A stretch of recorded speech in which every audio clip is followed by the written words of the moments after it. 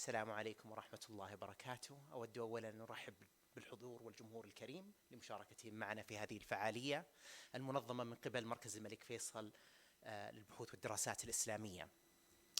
الفعالية هذه ستقام باللغة الإنجليزية، لذلك من يرغب بالاستماع أن يأخذ أحد الأجهزة الاستماع للترجمة الفورية مع الشكر. بسم الله الرحمن الرحيم. السلام عليكم ورحمة الله وبركاته. Reiterating the Islamic gracious greetings, I'd like to welcome the audience for joining us on this event that's been organized by the King Faisal Center for Research and Islamic Studies under the umbrella of the Asian Studies Program. This particular event is one of many events that are launched also under the Arab Narrations Project, which had been initiated last year by the center as part of an attempt to really center the voices and narrations of Arabo-Islamic civilization in terms of scholarship, in terms of academic views. And this particular event, the purpose of it is to really examine and look at a collection of different texts from West Asia, across different epochs, places, and linguistic traditions, and examine how these different texts have imagined, fantasized, and envisioned East Asia, but also the wider Asian continent. And I think this is a very fruitful and interesting experiment in many ways, because I don't think it's typical of scholarship. We tend to be siloed off in particular epochs, places, and periods. And the hope is that by taking a longue durée view, we will yield some interesting insights with regards to patterns, differences in terms of how Muslims in West Asia in general, Arabs, Persians, Turks, and Urdu speakers, have thought about the wider Asian continent. We have really an excellent collection of speakers here with us today, and we're quite honored to have them here in Riyadh. I will introduce the speakers in the order that they will speak. The first speaker is Dr. Park Hun-hee, who is a professor of history at the City University of New York. She specializes in the history of cross-cultural contacts in East Asia and the Islamic world, and Sino-Islamic contacts in particular in the Mongol Empire, and global history focusing on information, knowledge transfers, including geographic knowledge. She has authored a superb book that I really recommend everyone to look up if they're interested in this topic, Mapping the Chinese and Islamic Worlds, Cross-Cultural Exchange in Pre-Modern Asia. She's also written recently another interesting book called Soju, A Global History, Soju being the alcoholic drink particular to the Korean Peninsula, and which I believe was presumably introduced by the Mongols and originally as Arak. At least that's one interpretation that I've heard. She has written well over 30 articles for academic journals as well as edited volumes. We're very much happy to have you here with us, Dr. Park. Also, next speaker is Dr. Francisco Calziolani, who has become quite a close friend, I would say. I met him in Hong Kong. He is part of the very prestigious Society of Fellows of Hong Kong. He's a global intellectual historian who specializes in early modern Persianate world, and he works on Persian, Arabic, and Latin primary sources. He has published several research articles in peer-reviewed journals, including Iranian Studies, Central Asiatic Journal, and the Iran and the Caucasus. He is also currently working on a book manuscript with Edinburgh University Press entitled Writing Chinese History in Mongol Iran, Rashid ad-Din's History of the Ruling Families of Cathay, which I believe you'll be touching upon today in your presentation. And of course, the last speaker in this collection is Dr. Niall Green, who is the professor of history and the current holder of the Ibn Khaldun Endowed Chair in World History at the University of California in Los Angeles. And he himself has also authored well over 7 monographs and over 70 articles. And he has also written a number of excellent books, including Terrains of Exchange, and more recently, How Asia Found Herself, a story of intercultural understanding. So please join me in welcoming all of these speakers here with us today. We're very happy to have you here in Riyadh. And we will begin first by inviting Dr. Park. I will put on your presentation. You're more than welcome to use it. Thank you so much.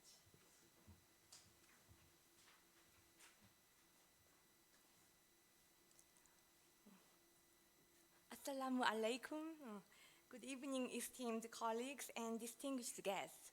I'm Hyunhee Park, and it's my great honor and pleasure that I stand before you today at this vital conference. I extend my profound gratitude to the Asian Studies program at the King Faisal Center for Research and Islamic Studies, and particularly to Dr. Muhammad Al-Sudairi for this invaluable opportunity. As he introduced my work, my academic journey has navigated the rich tapestry of pre-modern cross-cultural exchanges between East Asia and the Islamic world, with a keen focus on Sino-Islamic interactions. My first monograph, Mapping the Chinese and Islamic Worlds, cross-cultural exchange in pre-modern Asia, born from my doctoral thesis and recently translated into Russian with more versions underway, explores the dynamic interactions and mutual influences between these two prominent Asian civilizations from 750 to 1500.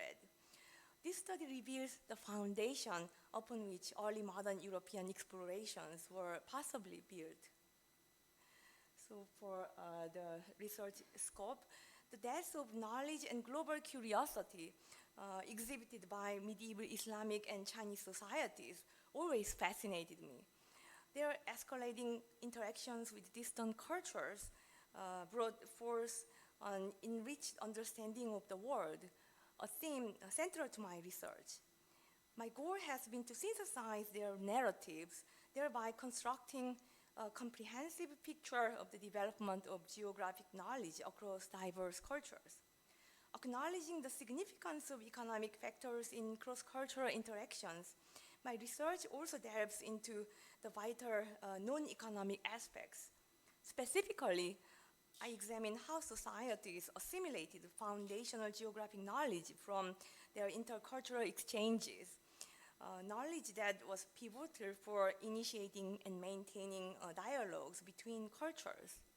The entwined histories of the Islamic and Chinese wars during the medieval period, well documented in both Arabic, Persian, and Chinese sources, exemplify this intricate exchange. This journey through my presentation will span 8 centuries, divided into 3 distinct and transformative phases of Sino-Islamic relations. So we will explore the early interactions following the rise of Islam, the deep exchanges during the Mongol era, and the nuanced developments of the post-Mongol era. So in the first page of our exploration of Sino-Islamic relations, we delve into the period between 750 and 1260, an era rich in significant political encounters and cultural exchange. A landmark event during this period was the Battle of Talas in 751, a pivotal clash in Central Asia between the Abbasid army and the Tang dynasty forces. This battle, often cited as the first major political engagement between the Arab world and China, culminated in the victory of the Abbasid army. It led to the capture and subsequent resettlement of many Chinese, including the notable figure Du Huan. His 10-year sojourn in the heart of the Abbasid Empire and subsequent writings about the Islamic world upon his return to China mark a significant point of cultural transmission. For instance, the renowned Tang dynasty historian Du Yo documented Prophet Muhammad's conquest, the election-based succession, post-prophet daily prayers, and so forth in his encyclopedic work, Tongdian, drawing on information from his relative, Du Han, who had first-hand experience with the Islamic world just over a century after the advent of Islam. This period also witnessed a flourishing of Arabic literature that reflects the growing intercultural awareness. A prime example is found in Ibn al-Nadim's 10th century Kitab al-Fihrist. It features an engaging account of a Chinese medical scholar in Baghdad who impressively mastered Arabic in 5 months and transcribed significant medical texts under the tutelage of Arab physician Al-Azi. While aspects of this tale, such as the scholar's rapid acquisition of Arabic and his scribing prowess, may appear embellished, they underscore the evolving familiarity and interaction between the Islamic and Chinese cultures. Significantly, this era marked the introduction of Chinese papermaking technology into the Islamic world, revolutionizing bookmaking and literacy. Al-Nadim's compendium not only captures the essence of this technological transformation, but also illustrates the broader Islamic world's deepening curiosity and understanding of China. Through his and other scholars' works, China began to transition from an enigmatic, distant land to a more familiar and understood entity in the Islamic consciousness. By the mid-8th century, maritime voyages and trade had significantly enhanced Islamic knowledge about China. The sophistication and strength of this sea trade, pivotal to the economic and cultural development of the Islamic world, were evident in the routes extending from the Indian Ocean to the Chinese seas. The third Abbasid Caliph, Al-Mansur, recognizing Baghdad's strategic location near the Persian Gulf via the Tigris River, declared the city's seamless connection to China. His proclamation, "This is the Tigris. There's no obstacle between us and China. Everything on the sea can come to us on it," underscored the era's remarkable maritime prowess and its unimpeded access to the vast Chinese market. Baghdad, a cultural hub fueled by the Indian Ocean trade, played a pivotal role in shaping Islamic worldviews of East Asia. This era witnessed the Islamic world assimilating and translating knowledge from conquered societies, notably the Greeks and Persians. The Beit al-Hikmah, or House of Wisdom, flourished under Caliph al-Ma'mun's reign, becoming a center for translating a plethora of foreign academic works, thereby enriching the Islamic world's understanding of distant lands, including China. Significant strides were made in physical and mathematical geography to accurately represent the world. Caliph al-Ma'mun scholars, expanding upon Ptolemy's geography, significantly advanced geographic knowledge by fusing Iranian, Indian, and Greek traditions with fresh insights from Islamic expansions. This intercultural endeavor led to a remarkable geodetic survey, culminating in a near-accurate calculation of Earth's circumference, rivaling modern estimates and far surpassing ancient Greek and Roman efforts. Within this circle of scholars, Al-Khwarizmi, a renowned polymath, contributed his work, Shape of the Earth, Surat al-Ard, which notably enhanced the understanding of regions crucial for Muslim trade, particularly China. Building on this momentum, Ibn Faradadvik, Book of Roots and Rams, Kitab al-Masalik wa Mamalik, composed around 870 CE, represented a pivotal transition from theoretical to practical descriptive geography. As an Abbasid official from Persia, Ibn Faradadvi sought to synthesize contemporary geographic knowledge. His work notably detailed a sea route to China, culminating at 4 major Chinese seaports, including Guangzhou, known as also Canton. This section not only maps the route, but also delves into the local production, commerce, and cultural practices of these regions, reflecting the expanding horizons of Islamic geographic literature and its increasing focus on practical knowledge about distant lands like China.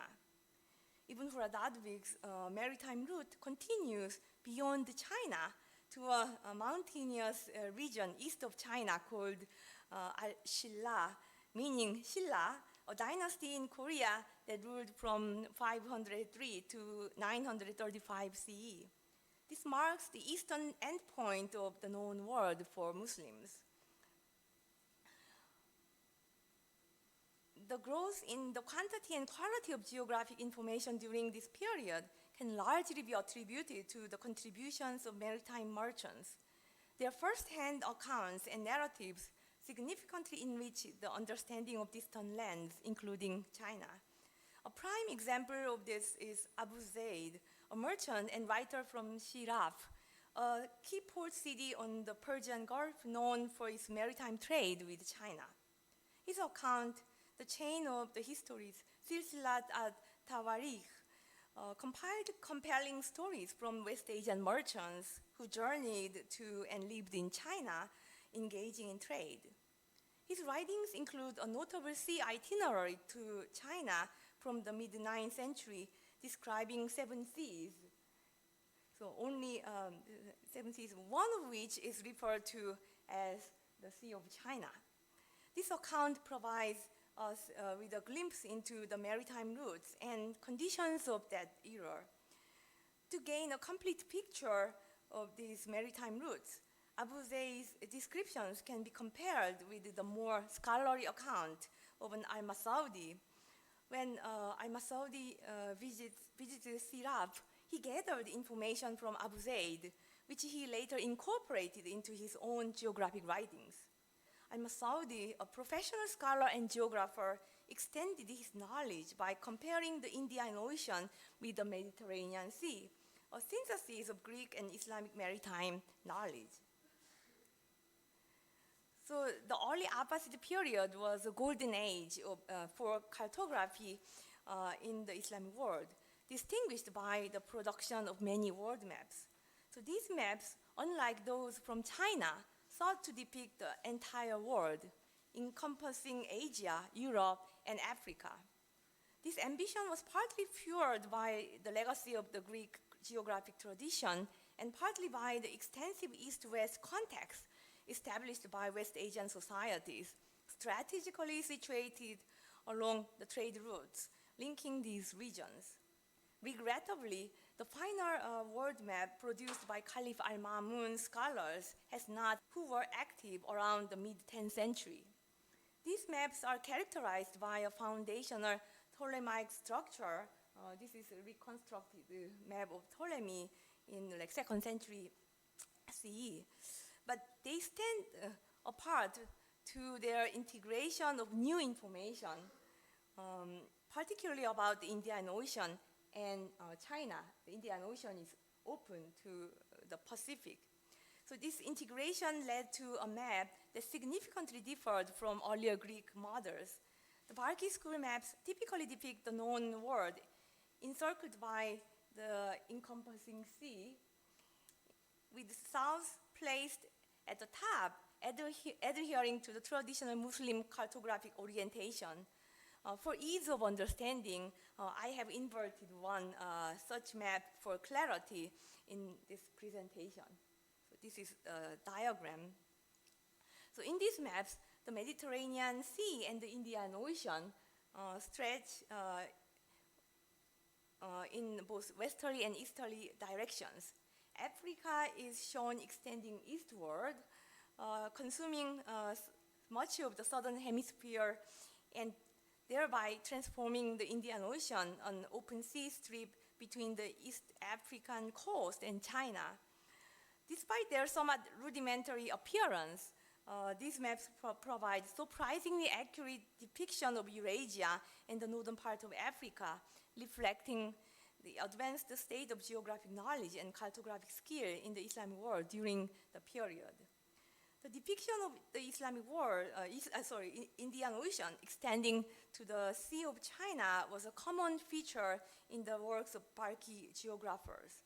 A notable example is Al-Muqaddashi's sketch. Al-Muqaddashi's acknowledged the challenge in accurately portraying the sea's shape, as sailors often provided conflicting information. Nonetheless, he and his contemporaries managed to create generalized representations of the Indian Ocean, emphasizing its connection to to China. As the art of cartography evolved, these early depictions of land and sea contours laid the groundwork for subsequent generations of maps. While new varieties of world maps emerged as the Islamic world expanded, many continued to follow the established prototype. A prime example of this continuity and evolution is seen in al-Idrisi's work.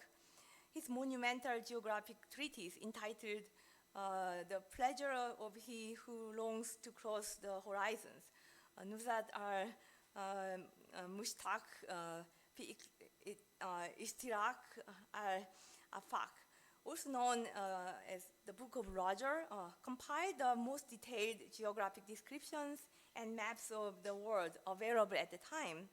However, al-Idrisi largely drew upon earlier sources like Ibn Radadbi for much of his geographic information.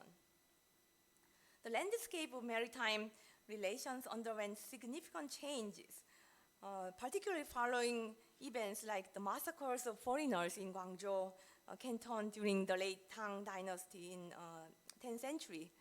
This incident, which saw West Asian merchants relocating their trade to South and Southeast Asia in the middle of the route, marked a shift in the pattern of inter-Eurasian trade.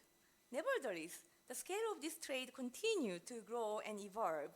The Chinese, adapting to these changes, reoriented their trade towards Southeast Asia and made significant advances in maritime technology. Their increased engagement in maritime trade led to a broader geographic understanding of the Islamic world and beyond. To summarize early Middle Ages Sino-Islamic relations, vibrant port city networks facilitated diverse merchant interactions and cultural exchanges. Middle Eastern traders' involvement in long-distance trade, coupled with Chinese openness under various dynasties, shaped Islamic perceptions of East Asia, leading to a rich dissemination of religion, science, technology, and culture. Now, the Mongol era that connected Iran and China politically marked a pivotal phase in the history of Sino-Islamic interactions, characterized by enhanced maritime and overland connections. This period saw a significant intensification in the exchange of people, goods, and ideas between China and the Islamic world. A key figure in this era is Rashid ad-Din, whose seminal work, The Compendium of Chronicles, Jamia Tawarikh, written in 1308, revolutionized Muslim understanding of China. The work symbolizes the quantum leap in the Islamic world's perception and knowledge of China, fueled by both diplomatic and cultural and commercial exchanges. So Dr. Calzolayo will delve deeper into this subject, and I eagerly anticipate his insights. Turning our attention to the broader context of West Asian merchants and travelers, figures such as the renowned Moroccan traveler Ibn Battuta played a significant role in expanding Islamic world's knowledge of China. Ibn Battuta originally entitled his account, The Gift to Those Eager to Observe the Wonders of Cities and Marvels of Journeys, Tufat al-Nuzar fi Garaib al-Amsar wa Ajaib al-Asfar. But most people know the work as The Travels of Ibn Battuta or Literature Ibn Battuta. Ibn Battuta's extensive travels, which began with a pilgrimage to Mecca, eventually led him to China. His narratives offer a vivid account of international trade networks established by Middle Eastern merchants who formed trading hubs along maritime trade routes in India and Southeast Asia. These networks facilitate the growth of Muslim communities across these regions. Groups like Karimi merchants of Egypt and Syria, as well as Arabo-Persian traders from Hormuz, and merchants from various diasporas and ethnic regions in India and Southeast Asia played a crucial role in these interactions. Ibn Battuta's travelogue confirms the extensive and systemized trade networks that had developed between China and the Islamic world during the Mongol period, highlighting the vibrant exchange of culture, commerce, and knowledge that characterized the era. In this travelogue, Ibn Battuta often reiterates existing stereotypes about the Chinese, such as their skill in crafts and painting, even embellishing these with anecdotes of doubtful authenticity. However, his observations on the usage of paper money in China offer fresh insights. The Chinese, pioneers in paper money usage since the 9th century, had the Mongols continue this practice. Ibn Battuta provides reliable information about this, contrasting the excessive issuance of paper money during the Yuan dynasty, which contributed to its downfall. His accounts of Quanzhou Zaitun, the most significant Chinese port city during the Mongol era, are particularly informative, depicting it as a major international port and a hub of textile manufacturing. His encounters with Muslim community leaders in Quanzhou, corroborated by historical inscriptions, lend credibility to his descriptions of the city and its bustling trade activities. Transitioning from the Mongol era into the late 14th century, we witnessed the emergence of a multipolar Eurasia. This period saw the rise of the Ming dynasty in China and a fragmented Islamic world. After the collapse of the Ilkhanate, Timur claimed succession to the Mongol Khans, uniting Central Asia, Iran, Iraq, and Syria. Let me skip some political situation. Anyway, at the time also, the Chinese diplomatic endeavors, including envoys to Central Asia and the ambitious maritime expeditions led by Zheng He, aimed to reassert China's influence and reestablish the tribute system. So these efforts, spanning both land and sea, profoundly influenced China's political position and enhanced its understanding of the Islamic world. This period of diplomatic and commercial exchanges, particularly between 1407 and 1424, is vividly captured in the historical records and first-hand accounts of envoys like Chinese Zheng Cheng and Ghiyath-ad-Din Naqash from West and Central Asia. Particularly notable is Ghiyath-ad-Din's detailed report on China, which is laudable as one of the most significant Muslim works on the region, encompassing descriptions of its postal system, architecture, laws, and customs. To further illustrate these rich intercultural exchanges, let me introduce the Katainame, a seminar work I have been exploring through a translation and annotation project led by my colleague, Dr. Kaveh Hemad. Authored in 1516 in Istanbul by Said Ali Akbar Katai, likely a Central Asian merchant, this Persian account offers an extensive portrayal of Chinese state and society, enriching our understanding of the intricate dynamics of Sino-Islamic relations. His narrative, transcending typical trade-focused accounts, delves into the nuances of governance, social customs, and the daily dynamism of imperial and urban life in China.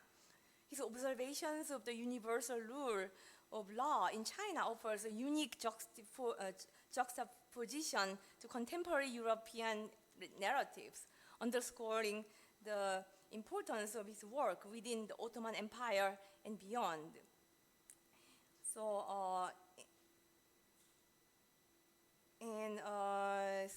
intriguingly, Katai's narrative exhibits a characteristic blend of historical layers, amalgamating early prototypes details with updates from the Mongol period and enriched with contemporary insights from his direct experiences. This layering of highlights the evolving nature of geographic knowledge and depth of information accrued over time by the early modern period. And so this account influenced Khatib Celebi's Jihan Numa, the cosmography, pivotal Ottoman geography work of the early modern era. In conclusion, this 8th century exploration of the Islamic writings about East Asia unveils a vivid story of intercultural exchange and evolving perceptions. From the emergence of Islam through the transformative Mongol era to the post-Mongol epoch, we observe an ever-deepening mutual understanding between the Islamic world and East Asia. These historical accounts are more than just records.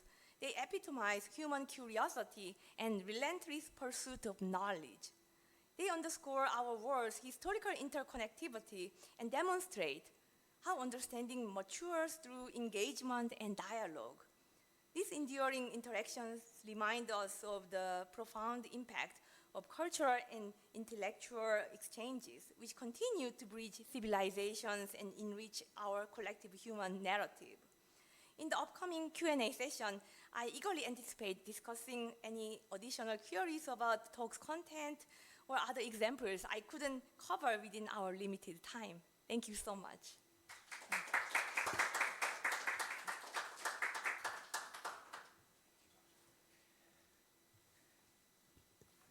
Actually, I was wondering if the guests who have either spoken or have not yet spoken might want to sit in the front. I realize it might be straining on your backs and you'd like to watch the presentations. The next speaker will, Dr. Kozaliao, will actually be picking up from kind of the Mongol period. Please, the floor is yours. 20 to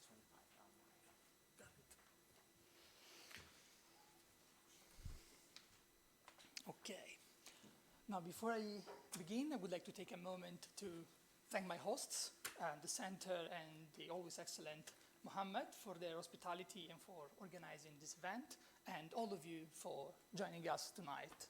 I am honored to be here and look forward to sharing my work with you. So, when we discuss the history of sinology before modern times, our thoughts often turn to Europe. We remember travelers like Marco Polo, whose description of daily life in China captivated medieval audiences, and missionaries like Matteo Ricci, who sought to learn more about China to introduce Christianity there. And yet Islamic scholars also extensively engaged with Chinese civilization, sparking some exciting debates that warrant, I believe, our full attention. And tonight, I would like to give you a sense of the depth and sophistication of these discussions by examining the scholarship of arguably the single most important student of Islamic civilization before modernity, Rashid ad-Din, the Persian vizier Rashid ad-Din.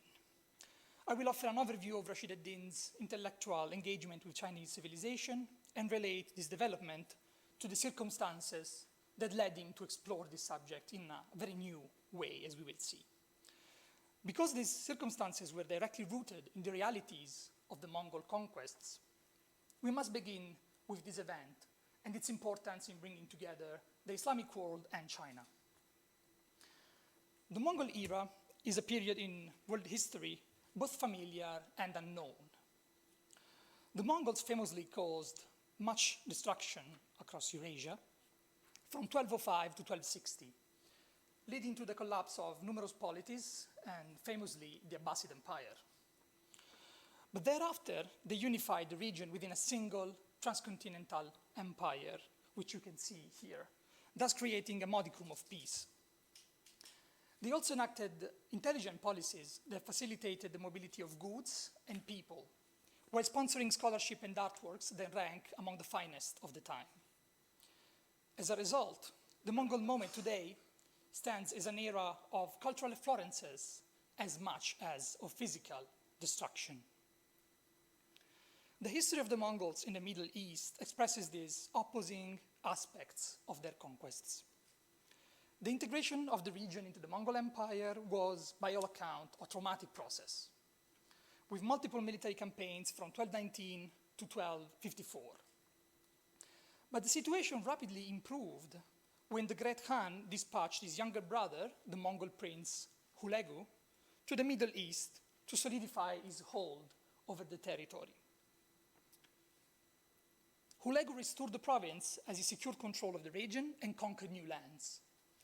But more importantly, for our purposes, he also sanctioned the absorption of these territories into the Mongol Empire, making them part of the globalization experience initiated by Genghis Khan.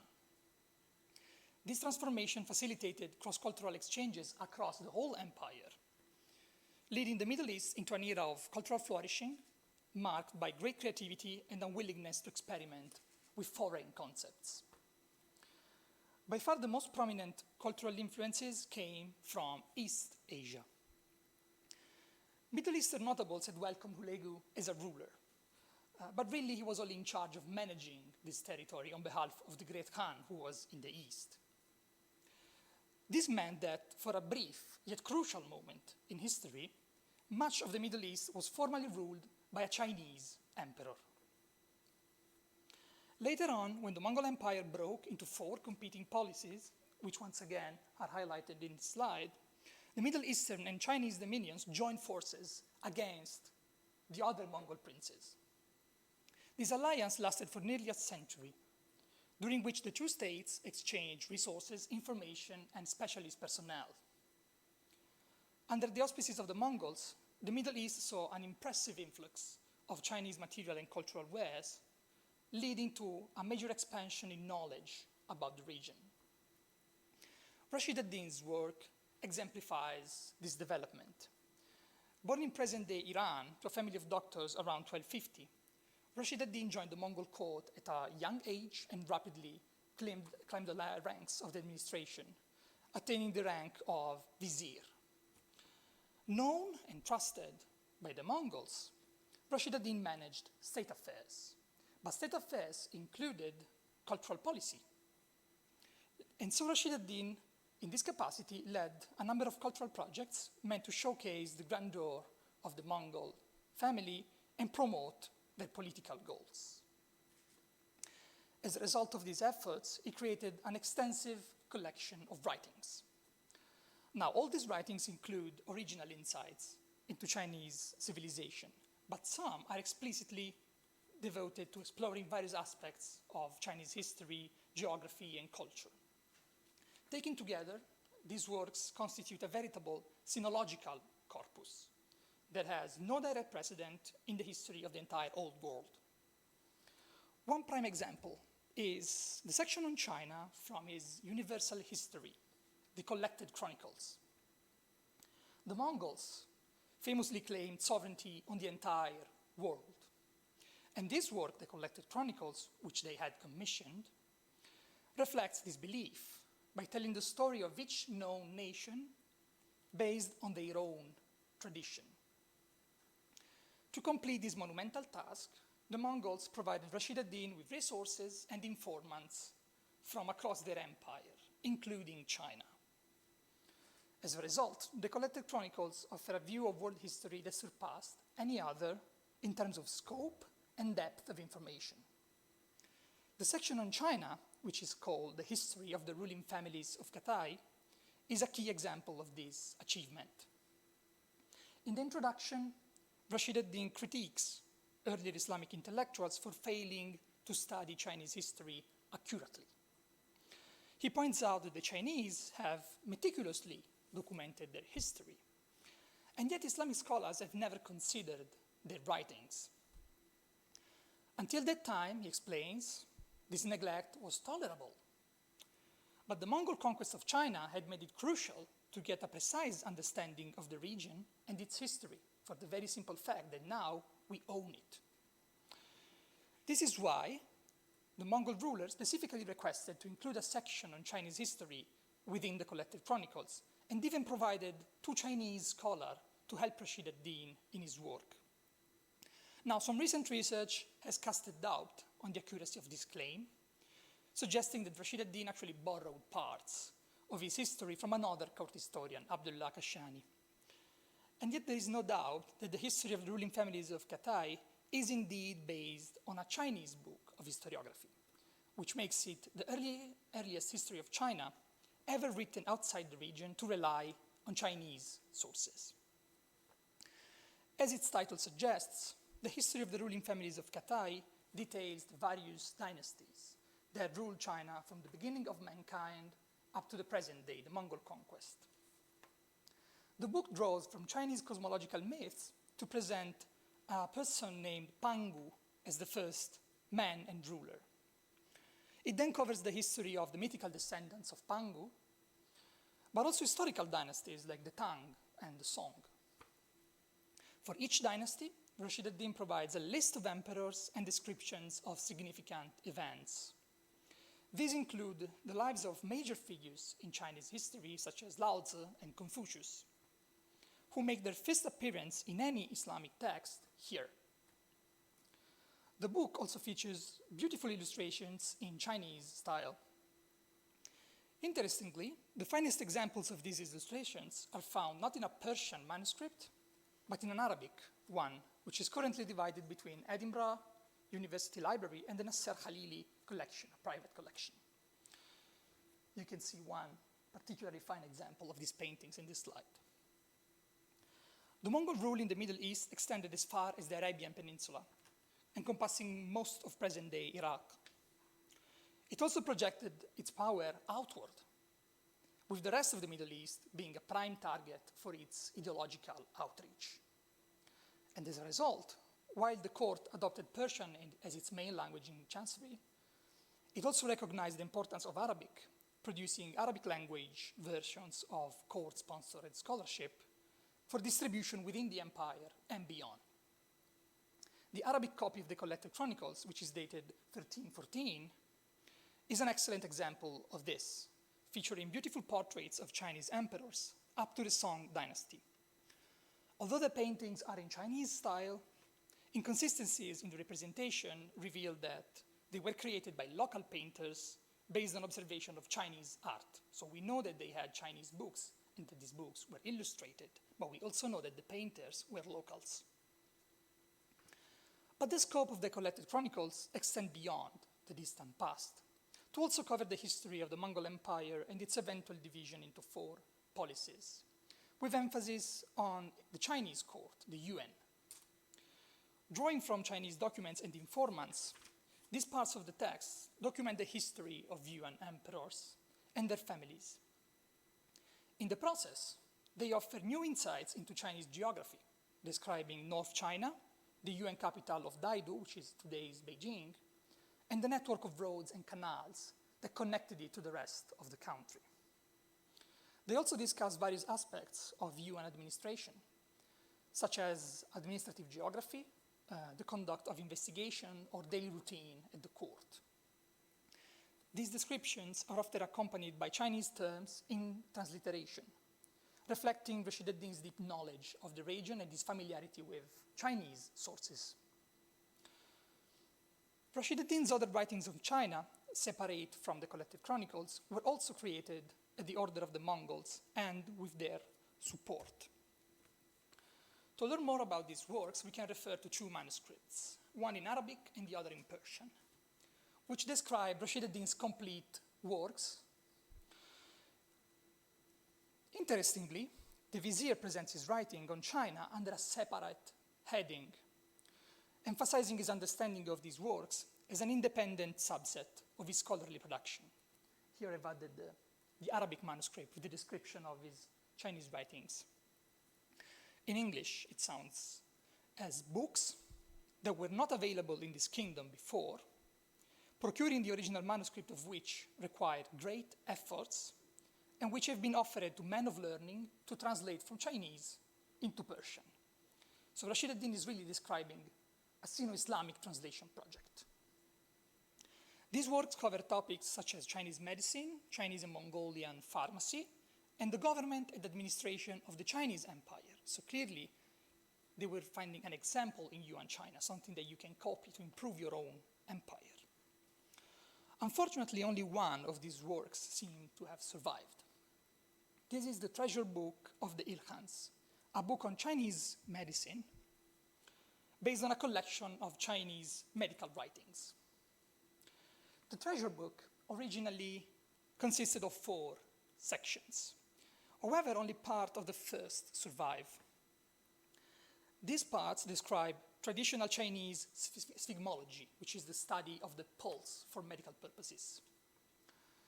To avoid a cultural clash with his audience, Rashid ad-Din adapted Chinese sources to align with Islamic tradition. For instance, he discusses the varying nature of heat and body fluids among Arabs, Persians, and Chinese, and explains how appropriate drugs should differ based on the environment. Once again, the book's cultural value is further enhanced by the inclusion of Chinese-style illustrations. Surprisingly, there are no acupuncture-related illustrations, possibly because Islamic doctors would have perceived this practice as unfamiliar and illogical and even dangerous. By practicing acupuncture, you are literally piercing the body of your ruler. This can be dangerous. Similarly, the treasure book downplays various medical practices and notions that were rooted in Chinese traditions but would have been unfamiliar to a Muslim audience, such as using anatomical text for meditation and envisioning the human body as inhabited by planets, stars, and their spirits. While mainly a medical work, the treasure book also encompasses topics beyond medicine. This is best seen in the introduction, where Rashid ad-Din engages in a passionate defense of the unique character of Chinese civilization, with the aim of broadening the horizon of his colleagues and encourage them to learn more about China. Rashid ad-Din begins by explaining his motivation for translating Chinese books, despite some scholars doubting the quality of Chinese scholarship or even considering it sinful. He emphasizes the intelligence and ability of the Chinese, but more interestingly, he explains that Islamic science already relies on the results of non-monotheists, such as the Greeks and the Indians, whose works were translated into Arabic under the Abbasid caliphs. As such, Rashid ad-Din makes a very logical argument that either we discard Islamic medicine as we know it, because it's based on the result of non-monotheists, or we expand it to include the results of the Chinese and accept to incorporate their scholarship into the Islamic world through translation. Having established the importance of Chinese scholarship and its legitimacy from an Islamic point of view, Rashid ad-Din introduces some of the main Chinese achievements in science and technology, particularly those instrumental to ruling an empire. For instance, he discusses paper money, which was a staple in China, but very much unfamiliar in the Middle East. In his Universal History, Rashid ad-Din describes the attempt by the Mongols to introduce paper money in their empire in the Middle East and the resulting backlash with riots. However, in the treasure book, he emerges as a supporter of this technology, which he casts as a sort of philosopher's stone that can magically turn paper into gold. He also expresses enthusiasm for Chinese print, providing the most detailed description of this technology to date in any language, including Chinese.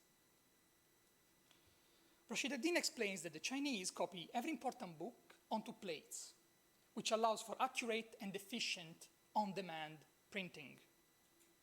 In his view, this innovation not only ensures the accuracy of books, but also benefits the administration by speeding up the copying process. And once again, his argument is compelling. Drawing from his experience with Chinese books, Rashid ad-Din's most innovative examination of Chinese technology, however, pertains to the Chinese writing system. While historians typically attribute the first accounts of Chinese writing to European missionaries, the treasure book offers a comprehensive analysis of the Chinese script that has remained largely overlooked. This analysis predates many of the observations made by European scholars in following centuries. Rashid ad-Din begins by addressing the common belief among Islamic scholars that the Chinese script functioned primarily through pictures rather than words. This is a concept that we now know as ideography. According to Islamic scholars, the system was inefficient, and they attributed the preference of the Chinese for ideography to their inability to understand the superiority of alphabetic writing. However, Rashid ad-Din really turns this argument on its head, claiming that it is actually Islamic scholars who fail to recognize the potential of Chinese characters. He acknowledged that learning a vast number of characters can be inconvenient, but argues that the benefits far outweigh the drawbacks. To illustrate this point, Rashid ad-Din provides a practical example, explaining that if we write the Persian word naan, which means bread, an Arab can read it, but they won't understand the meaning unless they also know Persian. And the opposite is also true, with the Arabic word khobz being very easy to read, but impossible to understand for a Persian speaker. However, Rashid ad-Din says, if you use a symbol to represent bread, everyone familiar with this symbol will understand its meaning, regardless of their spoken language, much like we all understand that the number 6 represents 6 without needing to sound it out. Now, by relying on such symbols, Rashid ad-Din argues, it's possible to create a writing system that is entirely divorced from spoken language, enabling people who speak different tongues to communicate in writing. According to Rashid ad-Din, the Chinese script is the only example of such a system. Rashid ad-Din concludes the analysis with great enthusiasm, stating that there is no better and easier invention than this, and regretting that such a script was never available in the Islamic world. Otherwise, he says, we could have written our books, including the Quran, in Chinese script, and now everyone in the world would be able to read them and understand them. Rashid ad-Din's defense of Chinese writing reflects his intellectual stance as a major Sinophile.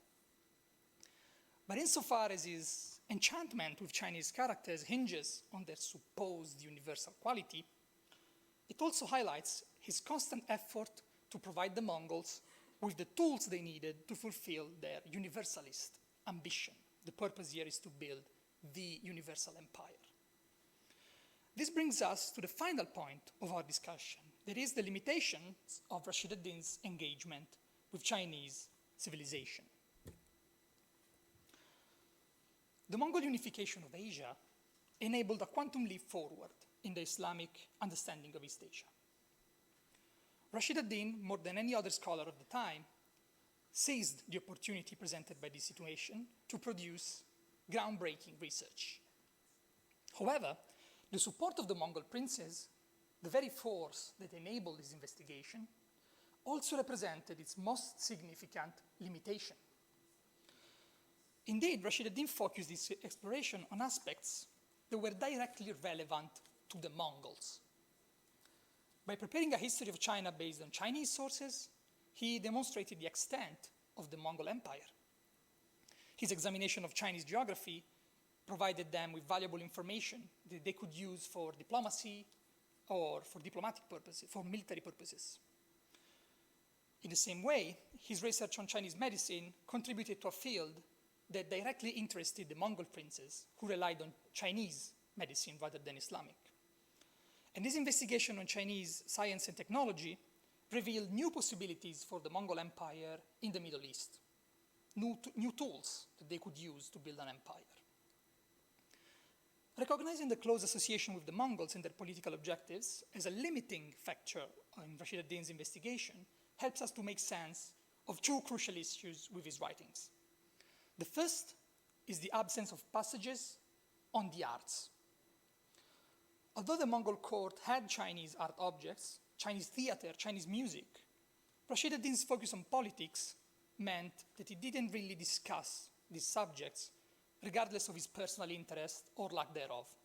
It just wasn't relevant. The second problem concerns the limited impact of his writings and the absence of follow-up in later centuries. Although many Islamic scholars showed interest in China after Rashid ad-Din, none of them used his work as a foundation for new investigations. His Chinese history was merely copied as part of his broader universal history, and the treasure book, his book on medicine, appeared to have been entirely forgotten. This relative obscurity can be attributed to the disintegration of the Mongol world order after the 14th century. When the Mongol Empire crumbled, the Middle East and China gradually drifted apart, causing Rashid ad-Din's work on China, which was rooted in the Mongol world, to quickly fall out of fashion. Despite these limitations, Rashid ad-Din's work offers some essential insights into the engagement of Islamic scholars with China. He examined different facets of Chinese civilization, proving that intellectual curiosity and the desire to learn about foreign cultures are not exclusive to European societies, as often assumed. Furthermore, through his work, Rashid ad-Din demonstrated the importance of Sino-Islamic contacts and exchanges even before modernity. And these, I argue, are crucial results upon which we should build as we seek to rethink the Middle East from a world historic perspective, and indeed the opposite, world history itself, in light of the Middle East. Thank you.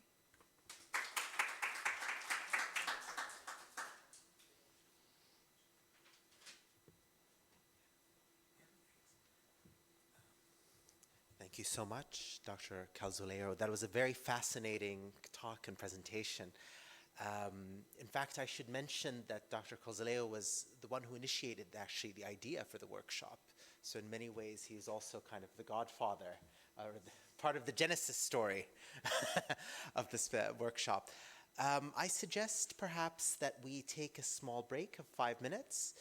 In terms of the Q&A, maybe we'll aggregate them together, because I think that way we can have all of the presentations and conversation with one another. So we'll adjourn for 5 minutes, and then we'll continue on with Dr. Niall and my presentation. Thank you.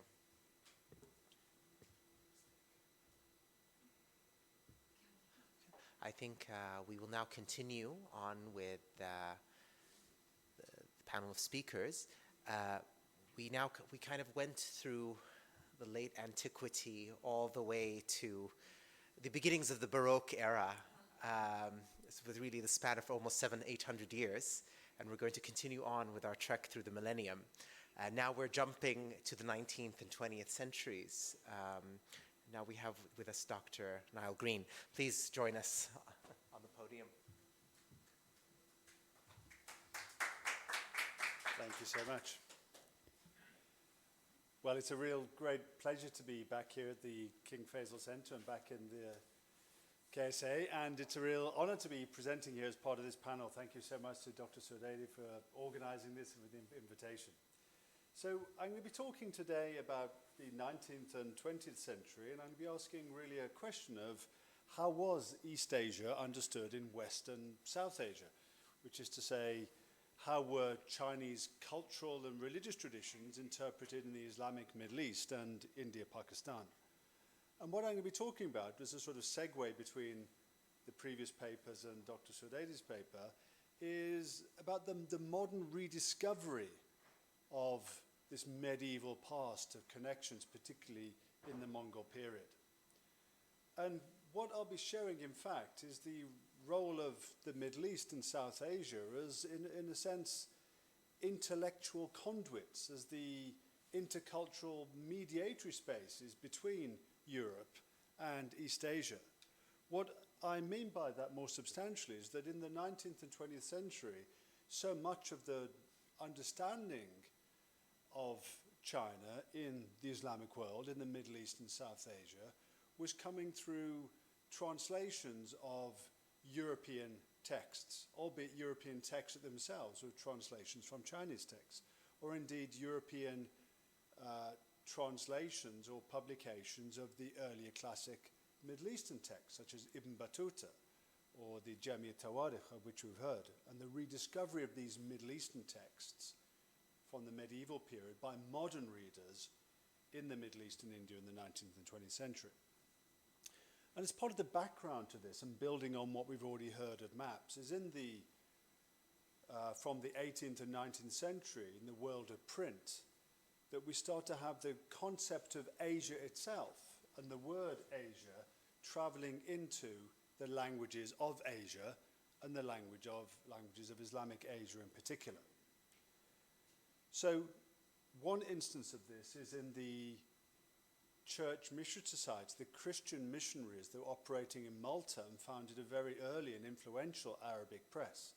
Printing starts in the Arabic Middle East in Egypt in 1818, 1819, and a decade later, the press in Malta, the Arabic press in Malta, was issuing a great many books, including this Atlas of Geography that is introducing the concept and the word Asia into the, we can see it on here somewhere, including the concept of the kharita of a world of geographies.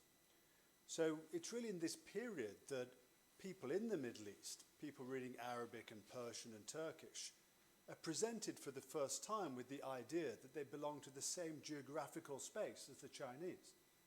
That China, ASEAN or Qin, is not some other place beyond the realms of the Dar al-Islam or beyond the realms of the known world.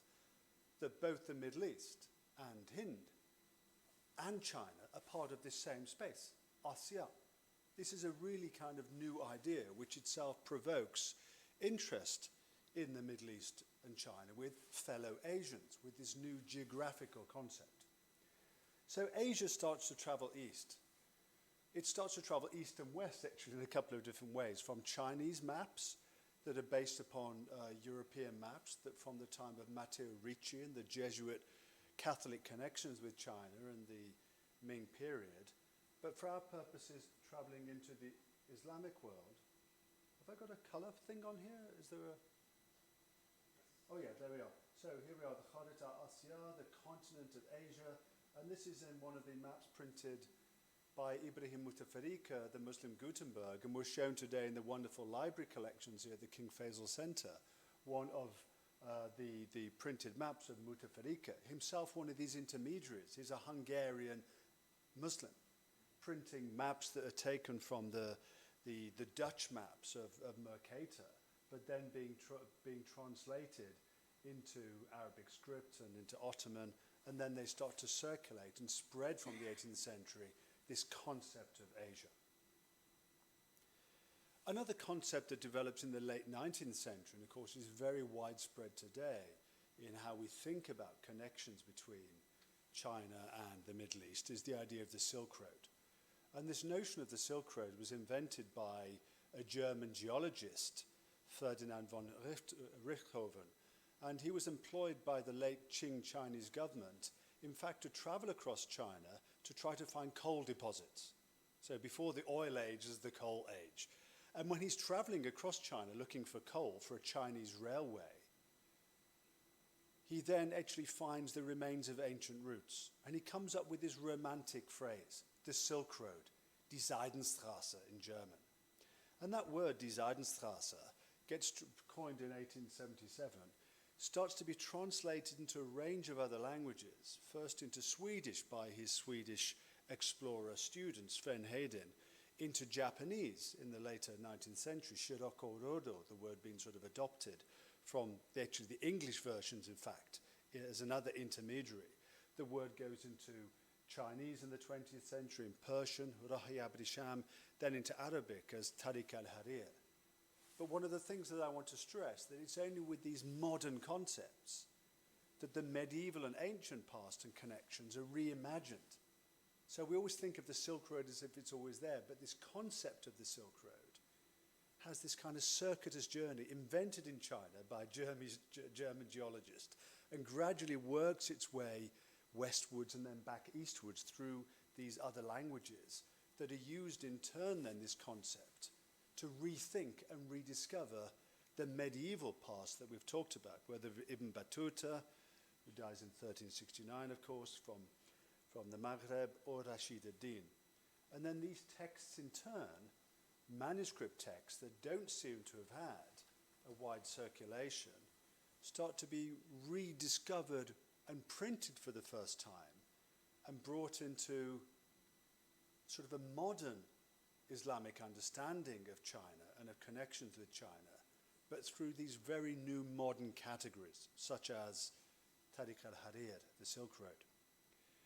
What I'm doing here, the approach I'm taking, is what I'd call the new Eurasian intellectual history, going beyond the work of Edward Said and this idea that European knowledge of Asia was always false and predicated on colonial powers and was somehow the opposite to some indigenous authentic knowledge in Arabic or Farsi or whatever. And there are a number of scholars now coming, whether from Japan, coming from the United States. Ahmed Shamsi has written a very interesting book, and Omar Riyad, another Egyptian scholar. And these scholars have started to look now about the ways in which Middle Eastern, Arab scholars in particular, were working together with European Orientalists. We're in conversation, sometimes disagreement, but sometimes agreement with them. And what I call now this new Eurasian intellectual history that's trying to understand a picture of intellectual history that isn't saying, well, Asia and Europe are opposites, and somehow that the Middle Eastern knowledge of China is somehow more authentic because this is all Asia. As I've said, the idea of Asia is an artificial construction in itself. And the Middle East, and particularly the Ottoman Empire, which of course rules from southeastern Europe down to the Hijaz. Not Nejd, of course, but still. An important qualification. So it's quite natural that Middle Eastern understandings are drawing upon European knowledge because the Ottoman Empire, the Islamic world, encompasses Europe. Mutafarrika, our Muslim Gutenberg, was a European Hungarian Muslim.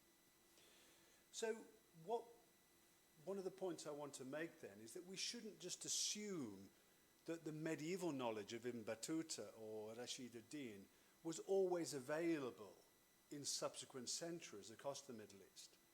We don't know enough yet about how many copies of Ibn Battuta existed outside the Maghreb, how many copies of the manuscripts of Rashid ad-Din circulated more widely in other regions.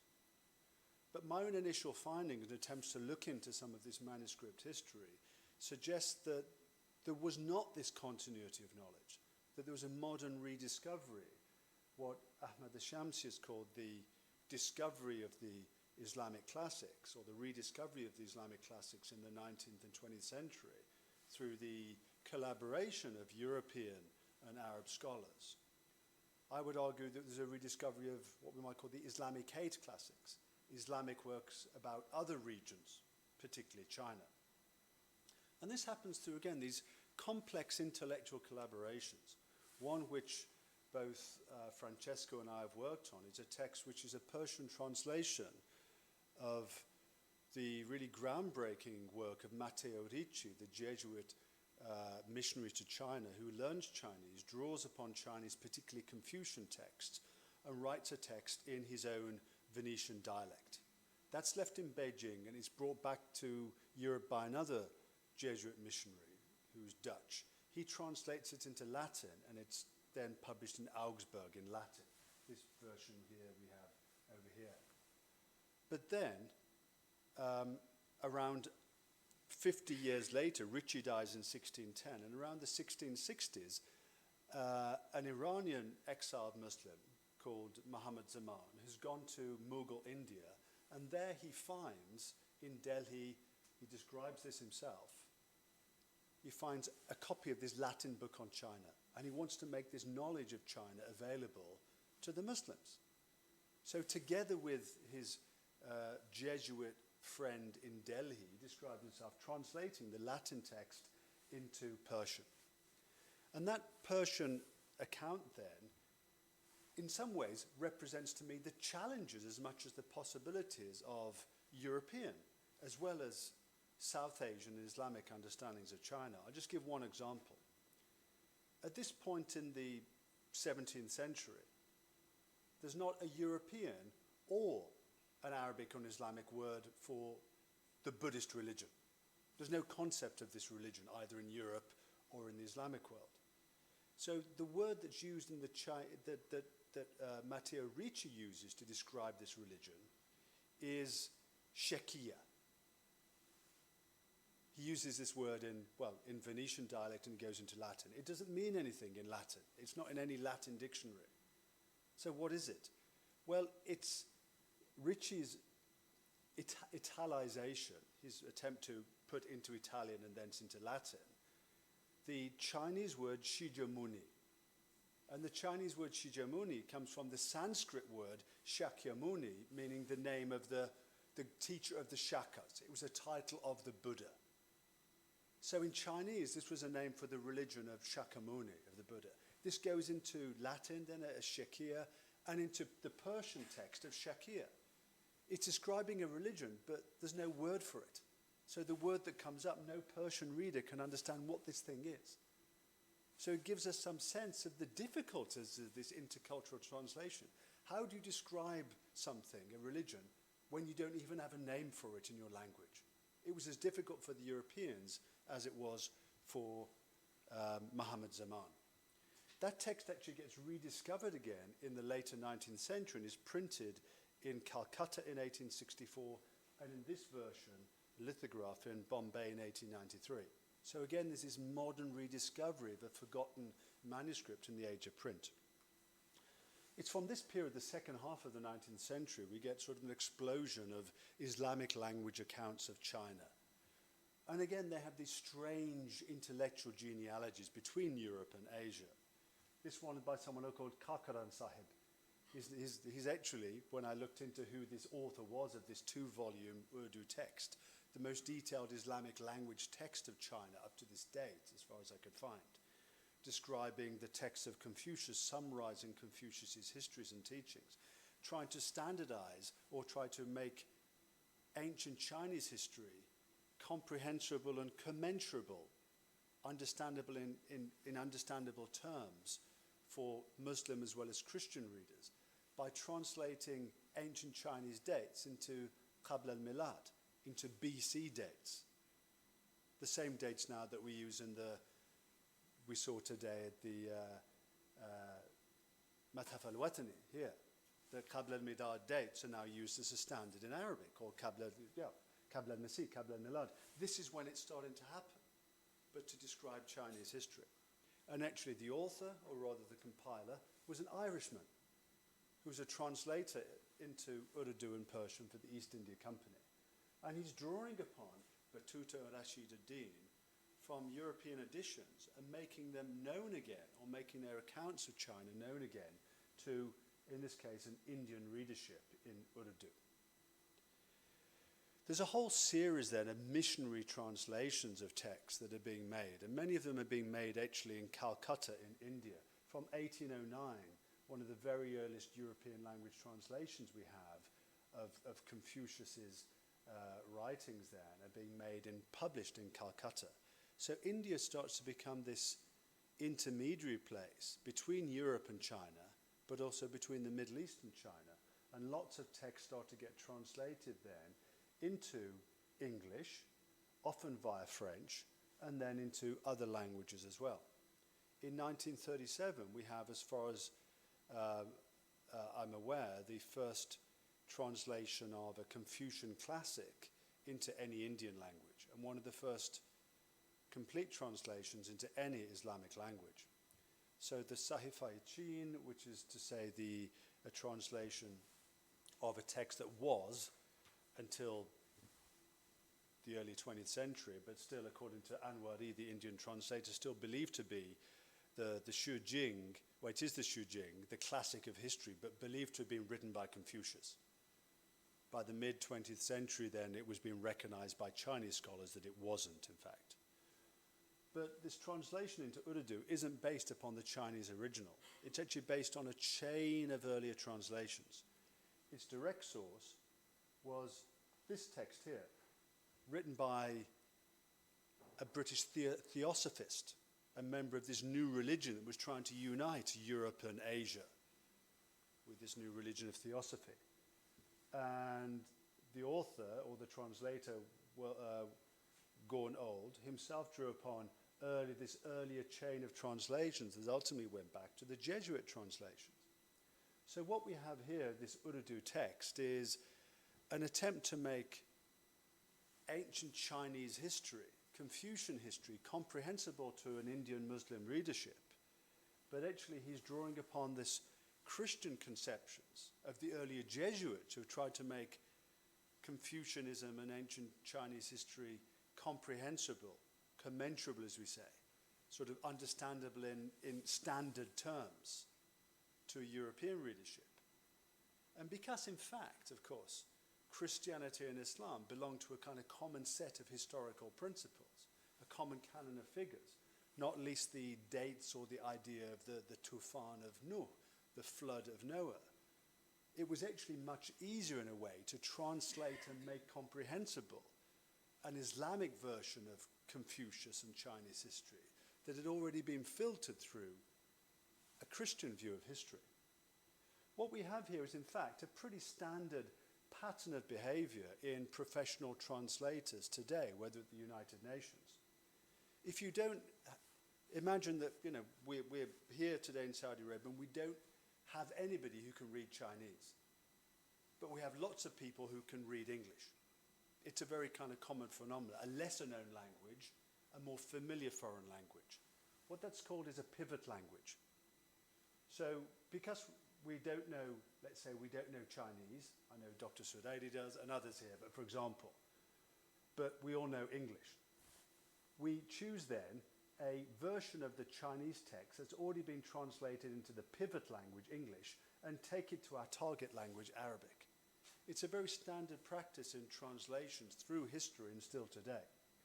But while that happens with Anwari's text and others, what we also have then is this use of what I call a pivot chronology, the use of the Qabla al-Milad, the Christian dating, to actually make ancient Chinese dating, which is utterly unfamiliar, to make that comprehensible to a Muslim readership.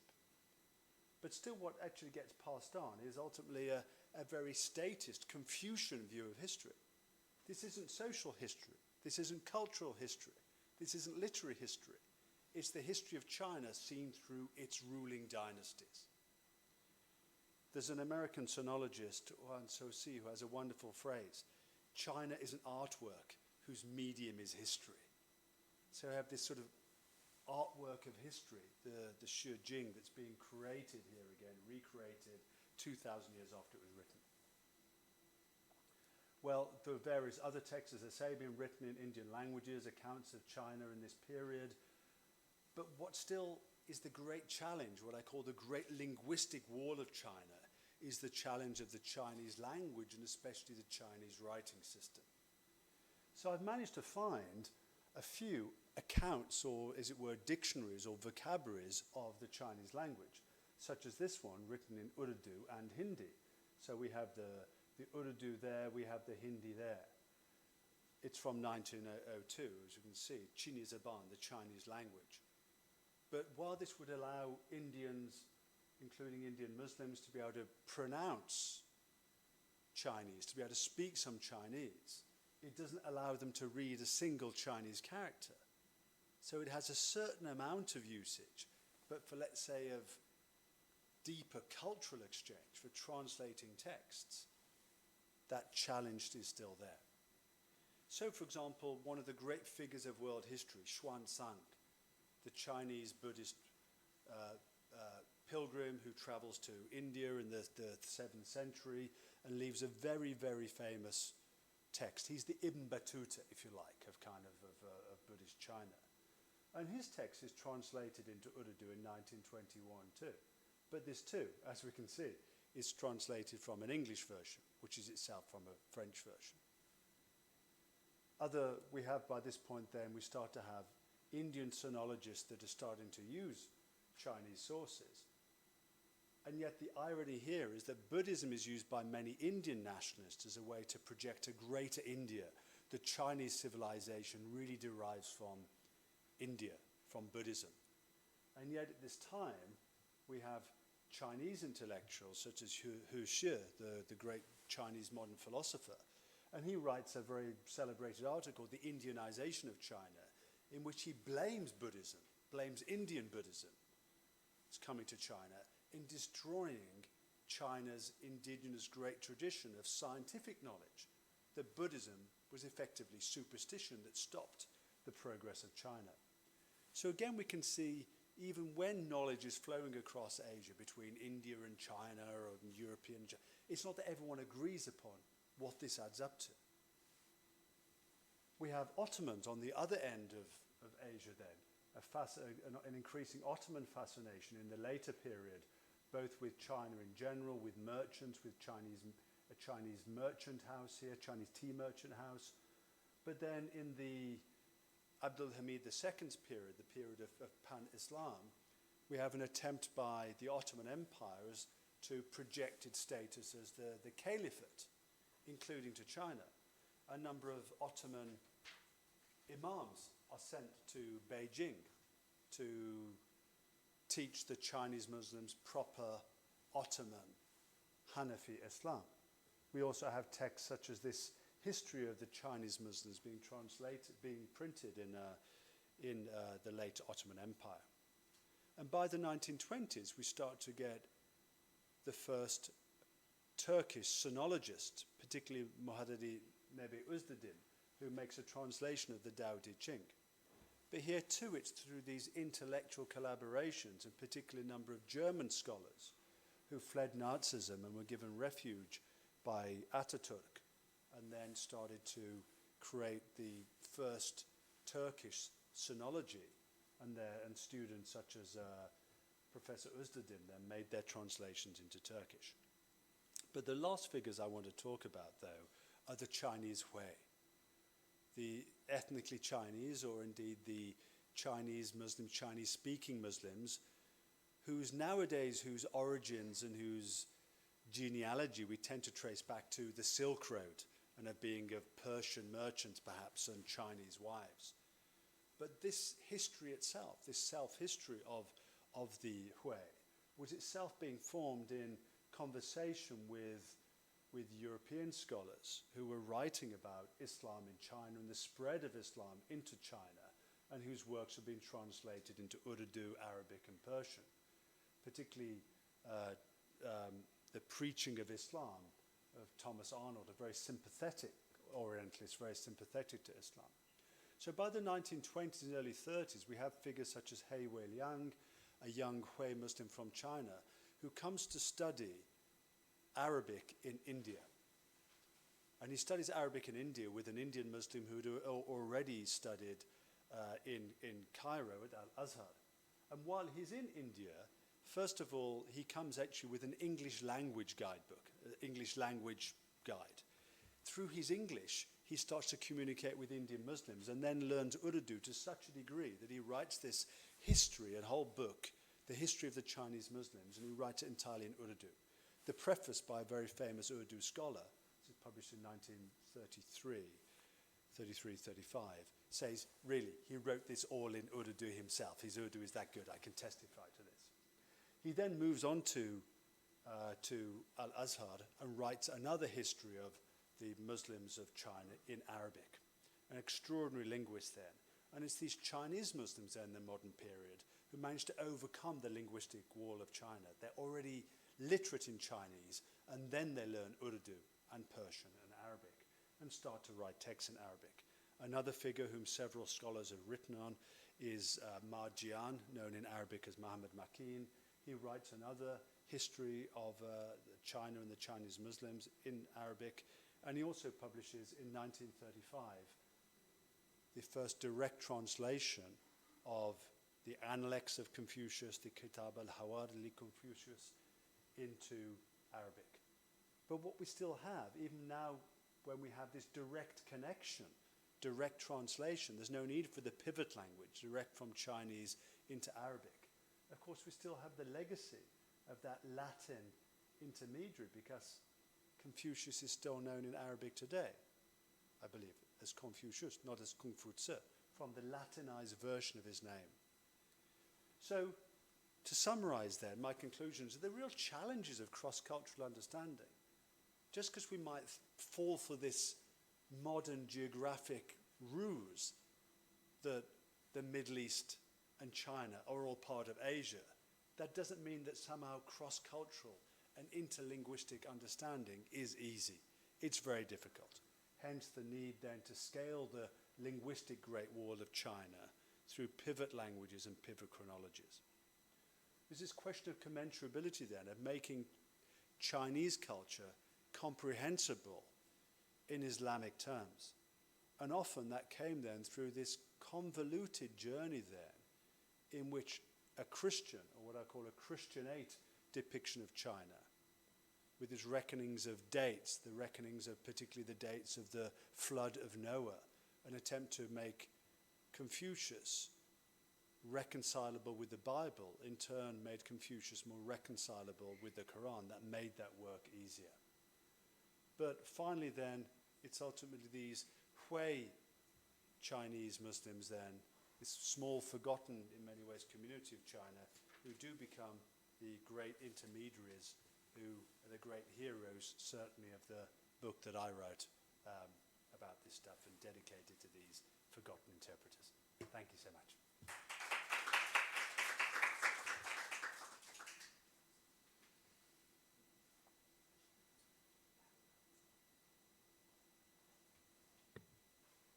All right, let's get ready for yours.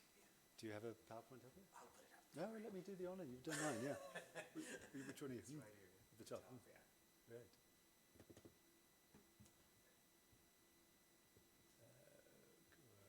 Slideshow. It's my very great honor to introduce, who needs no introduction, Dr. Mohammed Sudheli. Thank you. Thank you so much for that wonderful presentation. Thank you. Thank you. Well, I think in many ways, actually, my talk and some of the observations that I make actually intersect and interweave with a lot of the observations you had raised, particularly kind of the ways in which ideas such as Asia, but also kind of visions of China and other realms are co-constituted by many different groups, which have very contested and very different visions, and that also people are filtering their knowledge through different languages. So oftentimes, you have a lot of Arabic scholarship about China that is really built on European languages, French, German, English. And it actually, ironically, sometimes those scholarships themselves then end up citing the Arabic sources to confirm certain biases and assumptions about China. I'll mention that a bit with regards to some of the 19th and early 20th century discussions and debates about the country. And certainly the role of the Sinophone or Chinese-speaking Muslims kind of looms large, because they are also turned to as an authority in terms of speaking about, realities about China. And they're kind of one of the primary interfaces between Arab audiences and the East. Now, for my particular talk, I focus on the mid-20th century, around the 1950s to the 1970s, which is a very different ball game from what had been actually presented so far.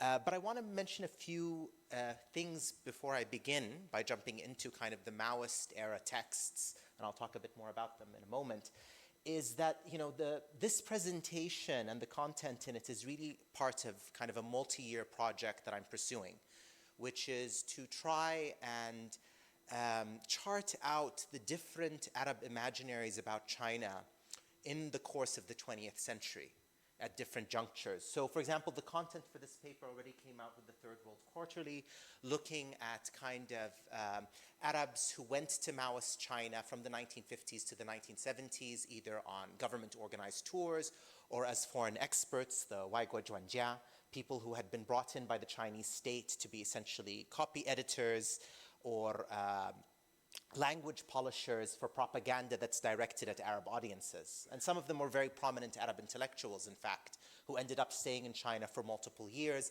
and writing about their experiences. And some of their texts became very important sinological works in the modern Arab library. But, kind of moving away from that, I'm also doing other projects on the side of it, including, for instance, the special issue that I had overseen and done at Harvard University, looking at the Middle East and its Cold War linkages with wider Asia. And my kind of contribution to that was looking specifically at Saudi Arabia's interactions with the anti-communist states in East Asia, particularly South Korea, Taiwan, and South Vietnam. And one core element in which I was looking at was really the texts produced by Saudis going to those places, participating in anti-communist conferences, people who were writing about the need for an anti-communist front, and how they were articulating it as part of a civilizational alliance, or a spiritual capitalist alliance against the atheist North, which is a very different vision of the Cold War, because we typically think about, say, Saudi Arabia in relation to its alliances with Christian Western Europe and North America, when in fact you also had Saudis who were articulating an alliance with the protectors of the Buddhist legacies in nationalist China or South Vietnam, for example. Another element kind of the things that I'm working on as part of this larger project is, for instance, late 19th, early 20th century visions of a Muslim China. So after the Muslim, or actually during the Muslim rebellions in China in the 1860s, 1870s, there were major violent encounters between the Qing imperial state and its Muslim populations. European observers began to write about the Muslim presence in China, particularly, for instance, people like Vasilyev, who was a very prominent Russian sinologist who worked on Buddhism and then Islam, and also people like, for example, the French diplomat Henri de Thierrissant, and all of them in becoming aware and alert about this Muslim presence, said that Muslims were on the verge of taking over China, and that consequently China was on the verge of becoming a Muslim empire as a result that would upend the geopolitics of the globe. Now, Vasilyev, for example, said that this was kind of a threat to the supremacy of Christian global civilization. De Thierrissant was much more optimistic. He said actually the rise and prominence of Islam in China would be a good development insofar as it would lead to the elevation of civilization there, kind of in a process similar to how Islam replaced paganism in India. At least that's how he articulates it. But that eventually Islam would be replaced by Christianity, because obviously Islam would raise the civilizational level of the Chinese population, and then they would be able to kind of convert to Christianity because it's an even higher level. So they have kind of this very interesting teleology that they develop. And much of this writing about kind of an imminent Islamic takeover of China is picked up by a wide collection of anti-colonial authors and Muslim intellectuals from the Ottoman Empire and the Arabic-speaking world, right? It's quite fascinating, the extent of these writings by Shakib Arsalan, for instance, Abdurrahman al-Kawakibi, and many others. And in fact, because a lot of the literature that looks at Middle Eastern views of China tends to focus on Japan, insofar as, Japan went through the Meiji Reformation, and there was a lot of interest in Japan as kind of a non-Western power that was able to contest European and American supremacy. A lot of that focus tended to be centered on kind of their Middle Eastern visions of that country. But what's interesting is that a lot of the writings about Japan also talk about Chinese Muslims and bring up the narrative of Chinese Islamization. So you see a lot of authors who write about Japan mention the possibility that Chinese Muslims can be the vanguard who would bring about the conversion of Japan and its transformation into a Muslim imperium, right? There's some very fascinating stuff even by Rashid Rida, for example, on this topic. Ahmed al-Gargawi, who I have an image of on the left, is an Egyptian journalist who presumably went to Japan to participate in a conference in 1907, 1908, in which the emperor of Japan was going to choose a national religion for the country. It's a fictitious conference. No such thing was organized. And there's a lot of speculation about where did he get his information from, and about kind of the authenticity of the work. But in any case, on his journey to Japan, he ends up being accompanied by a Chinese Muslim named Suleiman, who's going to Japan to do dawah work. So he kind of spends a lot of time talking about the history of Islam in China, but also kind of dwells on the possibilities of the Chinese Muslims facilitating the conversion of Japan to create kind of a Muslim imperium in the East that is equivalent to that of the Ottoman Empire in the West, right? So it's kind of two caliphs on the two ends of Asia. And kind of finally, one future project that I'm looking at as part of this larger agenda, mapping Arab intellectual imaginaries about China, is looking at Islamist authors and their thinking about China. Insofar as, for instance, we see in the language used by Muhammad Jalal Kishk, who is an Egyptian communist turned Islamist, or Malik bin Nabi, the very famous Francophone Algerian scholar and intellectual, a lot of them are very interested in Maoist terminology and political vocabulary, right? They talk about people's war. They draw on Maoist notions of kind of the global countryside encircling the city, but they kind of filter it through Islamic vocabulary. So in many ways, these different junctures and these different snapshots encapsulate, I think, very interesting developments in Arab intellectual thought, which is really part of this larger project. Because what I think is that in looking a lot of these Arab imaginaries about China at different periods, they really capture very well a lot of the debates about the Arab self, because oftentimes they're not really about China or the other, right? And I think this will become very clear in kind of the presentation I want to give to you, which looks specifically at kind of Maoist texts. So for the piece that I wrote, I looked at kind of a very large body of literature that was produced in the 1950s into the 1960s in Arabic, all across the Arab world, of Arabs who went to the new China that was established in 1949 with the communist takeover. Many of these were visitors who came on the sidelines of conferences organized by the Chinese state and stayed there for very short periods of time, anywhere between 2 to 3 weeks. And this, body of literature is quite large. It's in the few hundreds. And much of them follow the same kind of stereotypical titles, Iraqi fi Sin, Iraqi in China, or an Egyptian in the new China, and so forth.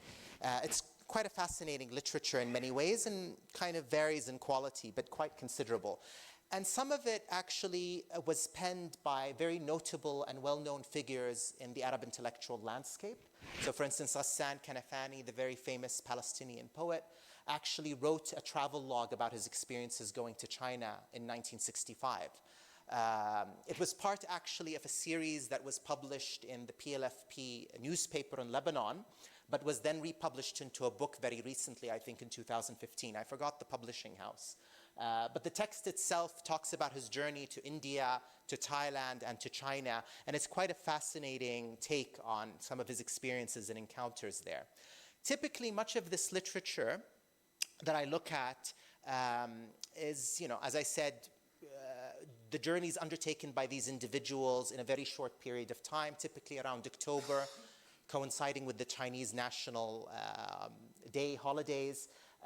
Oftentimes, people came through Russia in the 1950s, but after the Sino-Soviet split, people started to come through Hong Kong.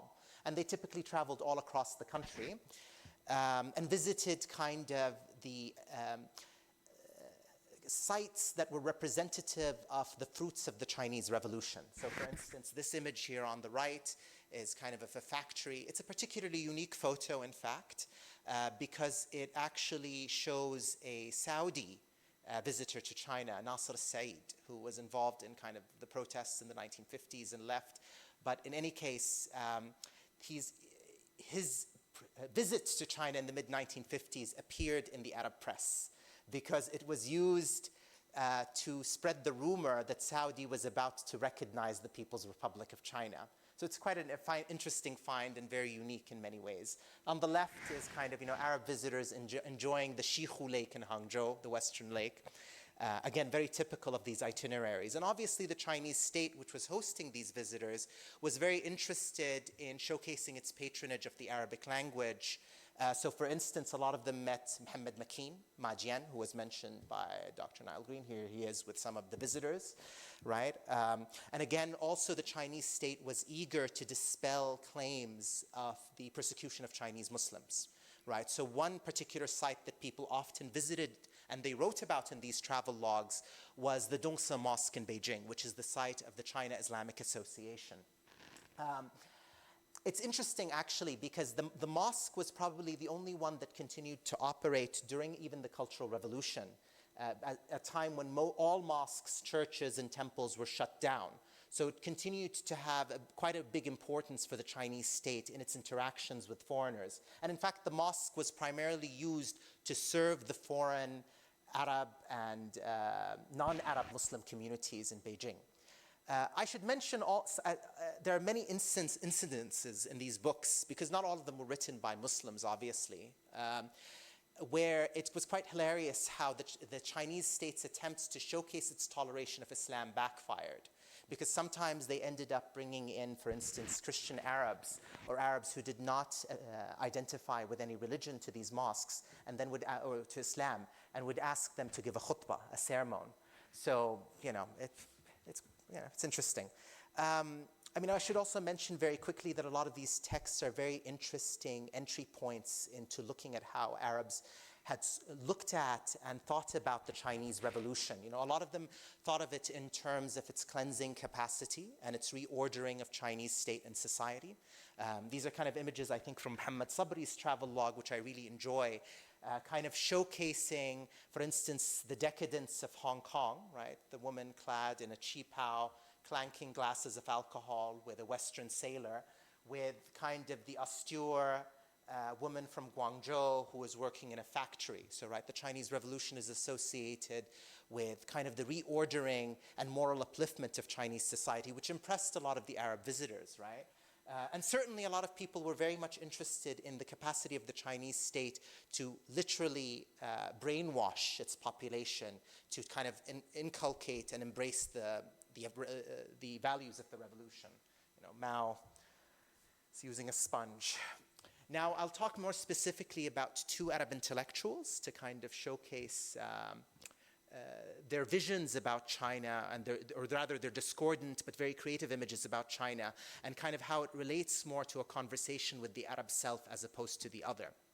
So I look specifically at two Arab intellectuals who you could say are part of the wider leftist traditions, but they come from different places in the ideological spectrum.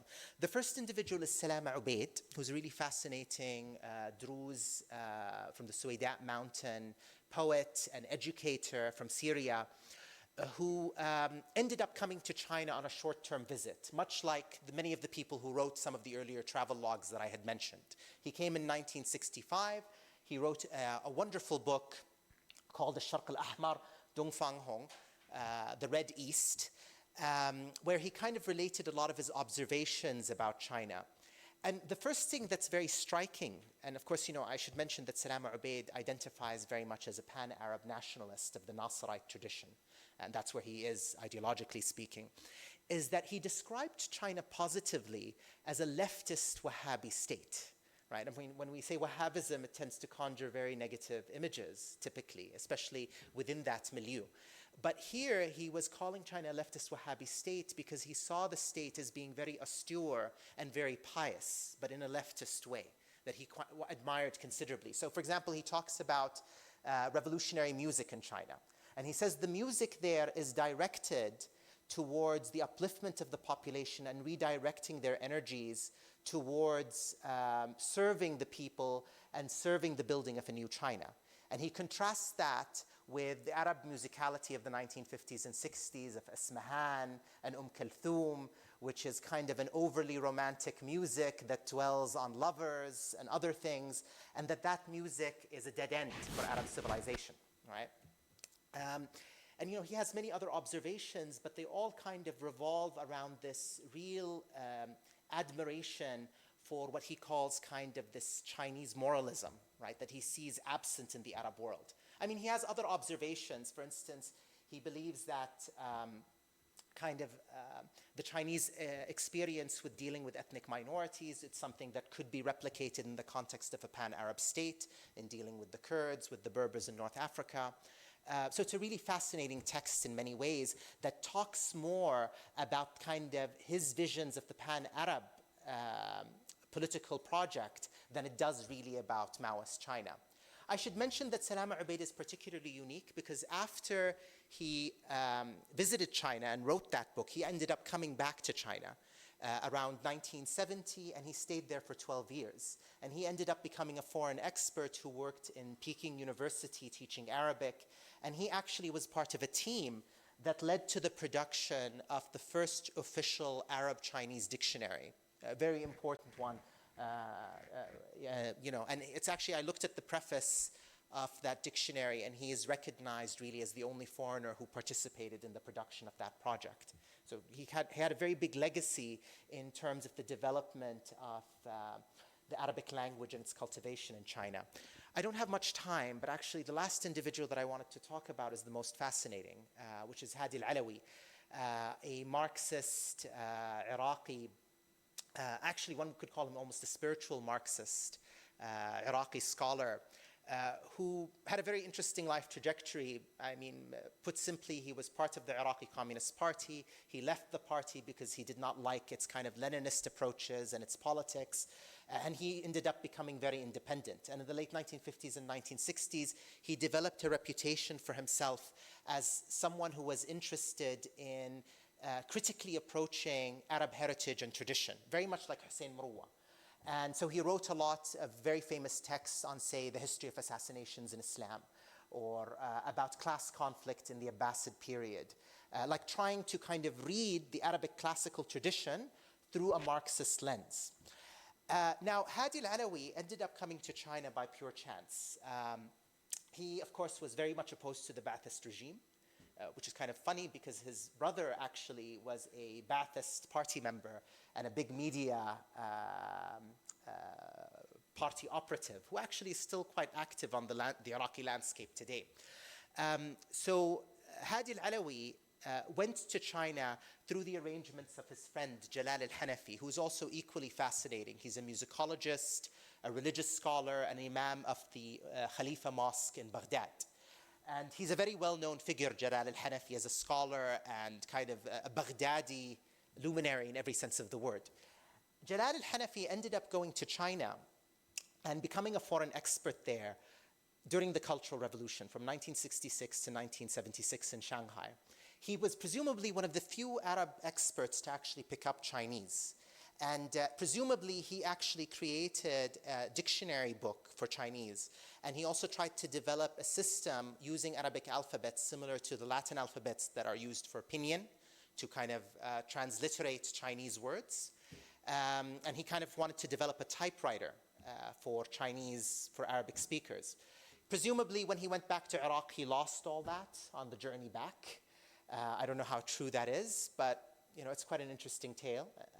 In any case, he had introduced Hadi al-Alawi to the Chinese embassy in Baghdad, and they recruited him to come to China. And he came to China through many different periods. And in fact, Hadi al-Alawi describes his coming to China as kind of the most important intellectual period of his life. He actually says, my life is divided between two periods, the pre-Chinese and the Chinese.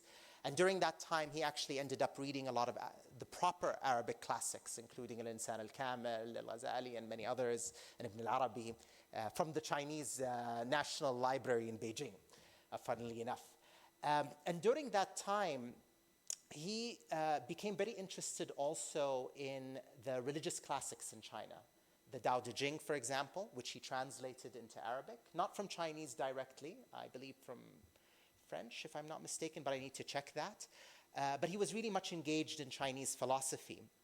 And he kind of began, as a result of this engagement with kind of the wider Chinese corpus, which was sometimes filtered also by other foreign experts there, including Israel Epstein, who was a Jewish scholar who became a Communist Party member in China and was there as a foreign expert for a long time until he became naturalized. He began to develop different theories and visions of kind of global history based on his encounter with Chinese philosophy.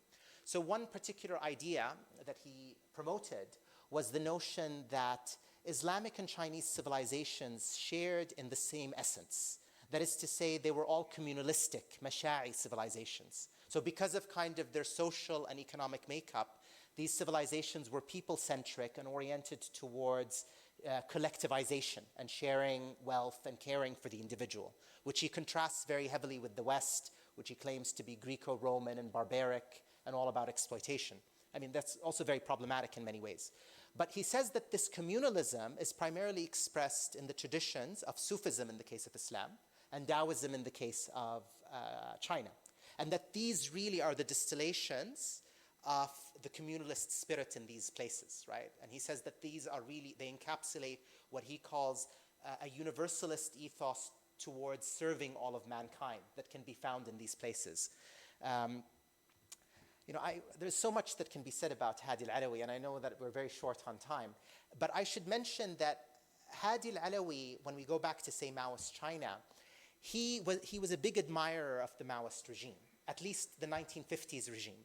And he claims that the reason why the Chinese Revolution succeeded in 1949, interestingly enough, is because the Chinese communists were not alienated from their tradition. That in fact they had Taoified Marxism, or Marxified Taoism, and this allowed them to create a political order that resonated with Chinese culture. In that way, he's actually attacking the Arab leftist project, because he's saying essentially that the reason why Arab communists failed to achieve a successful revolution or to realize their vision is that they are importing different communisms from abroad, the Soviet, Chinese, Vietnamese, and they're not trying to synthesize leftist or Marxist frameworks with the Arab classical tradition, right? And that's kind of what he sees that the Chinese had done successfully. And then he says that what happened with the Great Leap Forward, kind of the mass starvation in China, the Cultural Revolution, was all because China had turned its back against its cultural tradition and had adopted Stalinism, right? So this was kind of his world vision. I should just, point out as kind of a final concluding remark is that Haider Alawi contributed significantly to the Arab Library. You can find actually his whole collection of books now in most book fairs, including the ones in Saudi. I've seen it being sold for the past few years, kind of 20 volumes, very popular. And he has two particular books that are especially important, Kitab al-Tao, which is the translation of the Tao Te Ching that I had mentioned, and Al-Mustatraf al-Sini, which is the Book of Chinese Novelties, which is a very, very wonderful text that kind of provides an overview of Chinese history, Chinese culture. He draws a lot on, of course, European texts like Needham, the very famous British scholar of China who focused on science and whatnot. But he's really kind of, I would say, the father of Arab sinology in some ways, at least for the 20th century. And I think I'll stop there. I took a lot of time, but thank you for listening and holding out with us. I would like to now invite the speakers up. Maybe we can have a Q&A and exchange with the audience.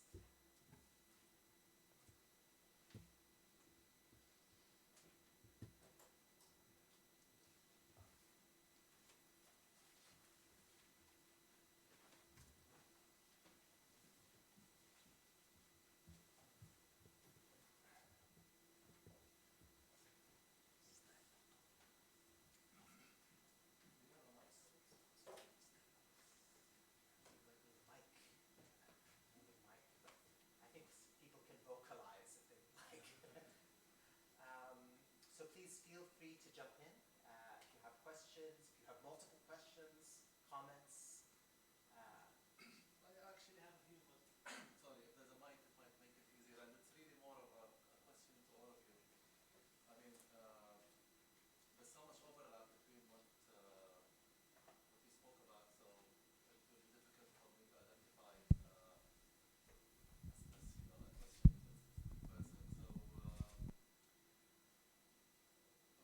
Okay. Now, I'm not an expert in this topic, so it's really new. So excuse me if if the questions aren't very specific to the actual subject matter. Thank you so much. Okay. So, no. 1, 2. Okay. One general question, which is related to something which I think is common to all. First of all, fantastic. I mean, I'm fascinated. I kept telling Muhammad, thanking him so much for, arranging this. And since you were the godfather, so thank you as well. So and I hope we can do more. I mean, there's so much that could be, as a follow-up to this in terms of papers, research projects. We're working on a project on translating culture.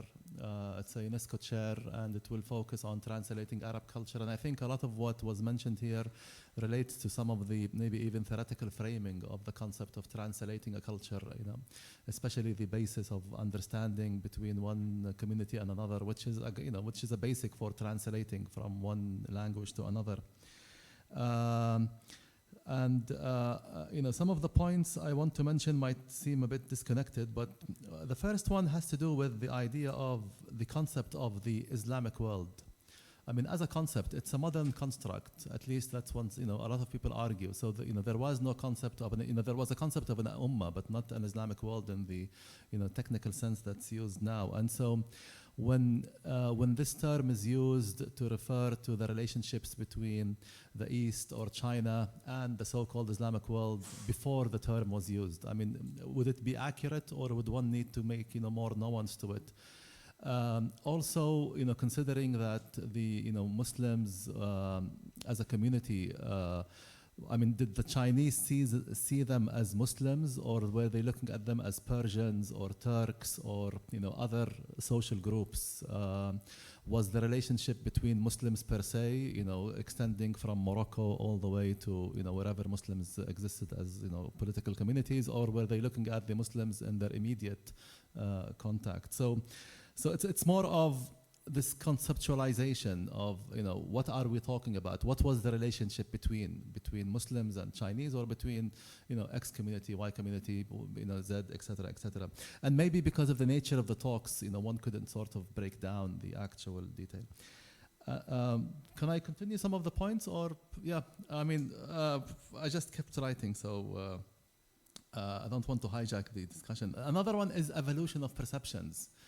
And starting from Professor Sparks' discussion to Francisco's discussions, and then when Professor Nile, when you mentioned something about the disconnect between the contemporary understanding and the historical understanding. So, can we speak of a certain evolution of perceptions from the 7th, 8th century all the way, until the 20th century, or can we speak of two phases where there was an evolution and then there was a sort of break, a forgetfulness, so to say? And from that, can we sort of deduce this continuity of perceptions or discontinuity only from the literature? Because there is also, communal relationships going on.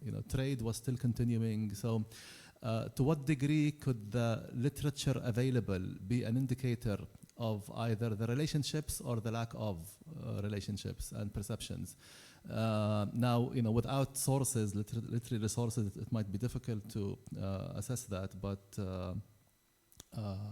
and this has to do with another point, which I think you also alluded to, which is the circulation of material. So Rashid ad-Din's book, how far was it circulated?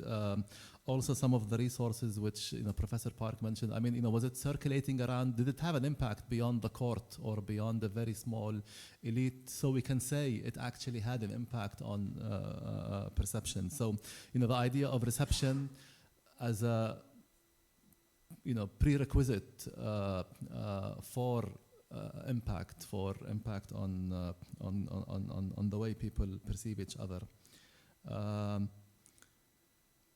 I'll stop here. I have some other points, but let me stop here. Okay. And then maybe if we still have time. I mean, it's just fascinating. Thank you so much for the discussion. في أحد عنده سؤال؟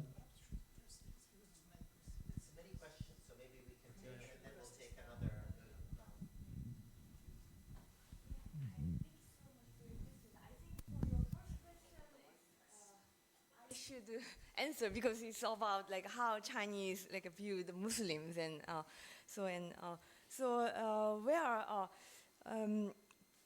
actually I began to talk about the Muslim and Chinese interaction since the rise of Islam, but before the rise of Islam, the Chinese actually also traveled to the Western regions from 2,000 years ago, from one of the first unified dynasty, the Han Dynasty, and they kind of developed Silk Road, and then at the time they viewed the Western regions as most of the regions to the west as Western regions, like Xiwi, and that's kind of the term that designates broadly the Western societies,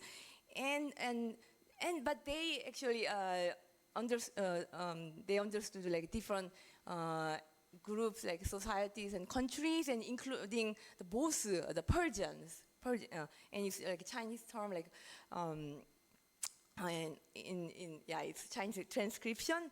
But after the rise of Islam, they began to understand that it's like Arabs, and they called them Tash. It's like in medieval pronunciation, Tajik, and it's from the Tajiks.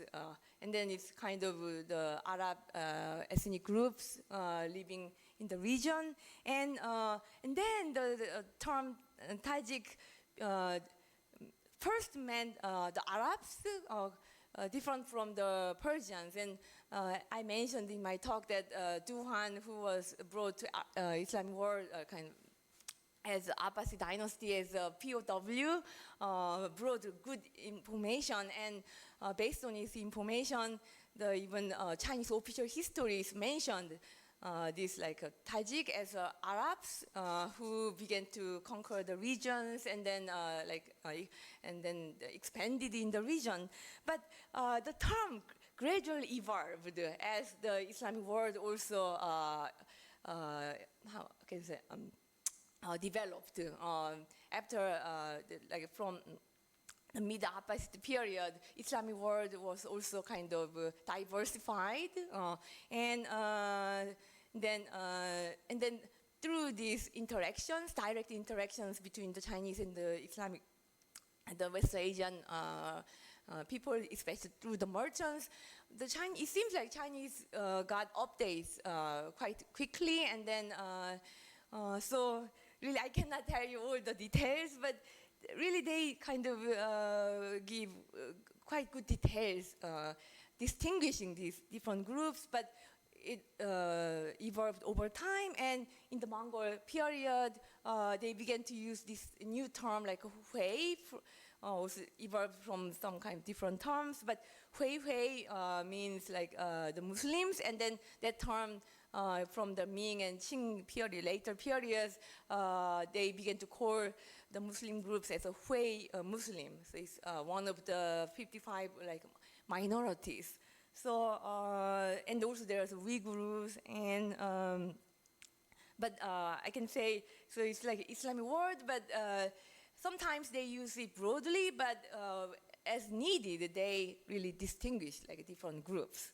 And just your second question, I believe other speakers can tell you, but you asked like this disconnect from our talks and then Niall's talk, and there was a big difference in the period. So Francesco and I talked more about the pre-modern period before the European expansion, and Niall's is like more like a much later after the Europeans entered this, came to Asia and began this colonial and imperial movements.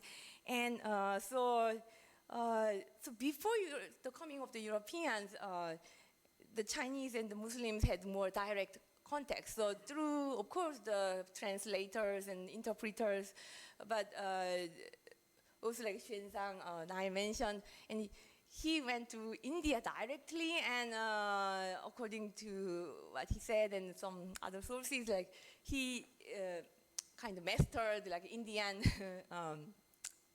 like philosophy and then religion, and he translated all the Buddhist sutra and brought directly back to China.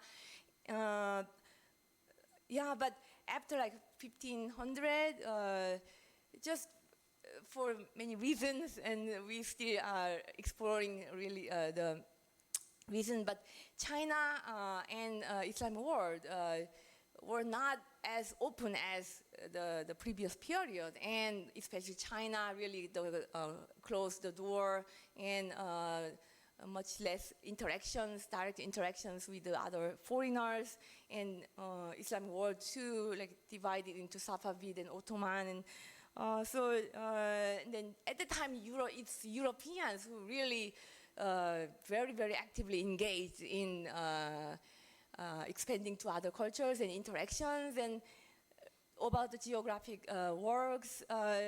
Really, for a short period of time, they drew the entire world, and then produced like a really formidable amount of information, geographic information, in terms of quality and quantity.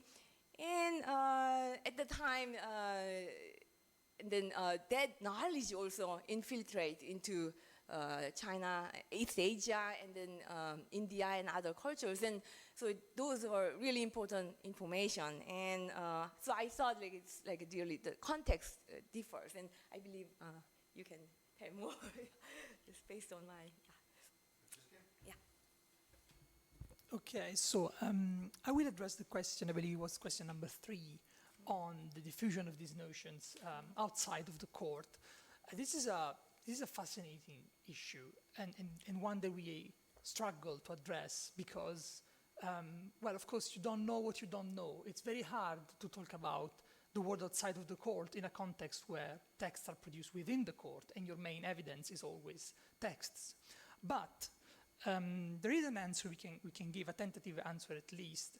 So this kind of material, Rashid ad-Din's material, there was very high level material that never left the court. The questions such as, should we introduce acupuncture? 5, 6, 7 people were debating that, not more. Or should we introduce the printing machines? Very few people had a say in that. But you did have broader discourses, broader notions about China that were articulated in literary sources, for instance, and that people could access through, well, orally. For instance, everyone in the Persian world is familiar with the Shahnameh, the Book of Kings. And within that book, you have a number of ideas that are associated with China. The Chinese are idolaters. The Chinese have great kings. And so all these ideas, people knew them because everyone knew the Shahnameh. You go and eat something, or you go and spend time with your friends, and then you come up with a verse, and everyone was familiar with those texts. So you do have a set of notions that everyone shared. And in the classical period, this set of notions was overwhelmingly positive. So everything that was associated with China was positive. They have great kings, they have a powerful empire, they have a huge empire, many cities, they are wealthy, so there is a lot of trade. And that is something that you know because you go to the market and you go to the port, you go to Siraf, and then you see ships, and someone tells you those ships are Chinese, and then you see very large ships that carry large wealth, and then you know, and then you tell your friends. So this is how it's spread. There is only one exception, I would say, and it's the domain of religion. So in religion, the Chinese are really no good. They are idolaters, they are Zoroastrians at best, they are Manichaeists at best, or Buddhists.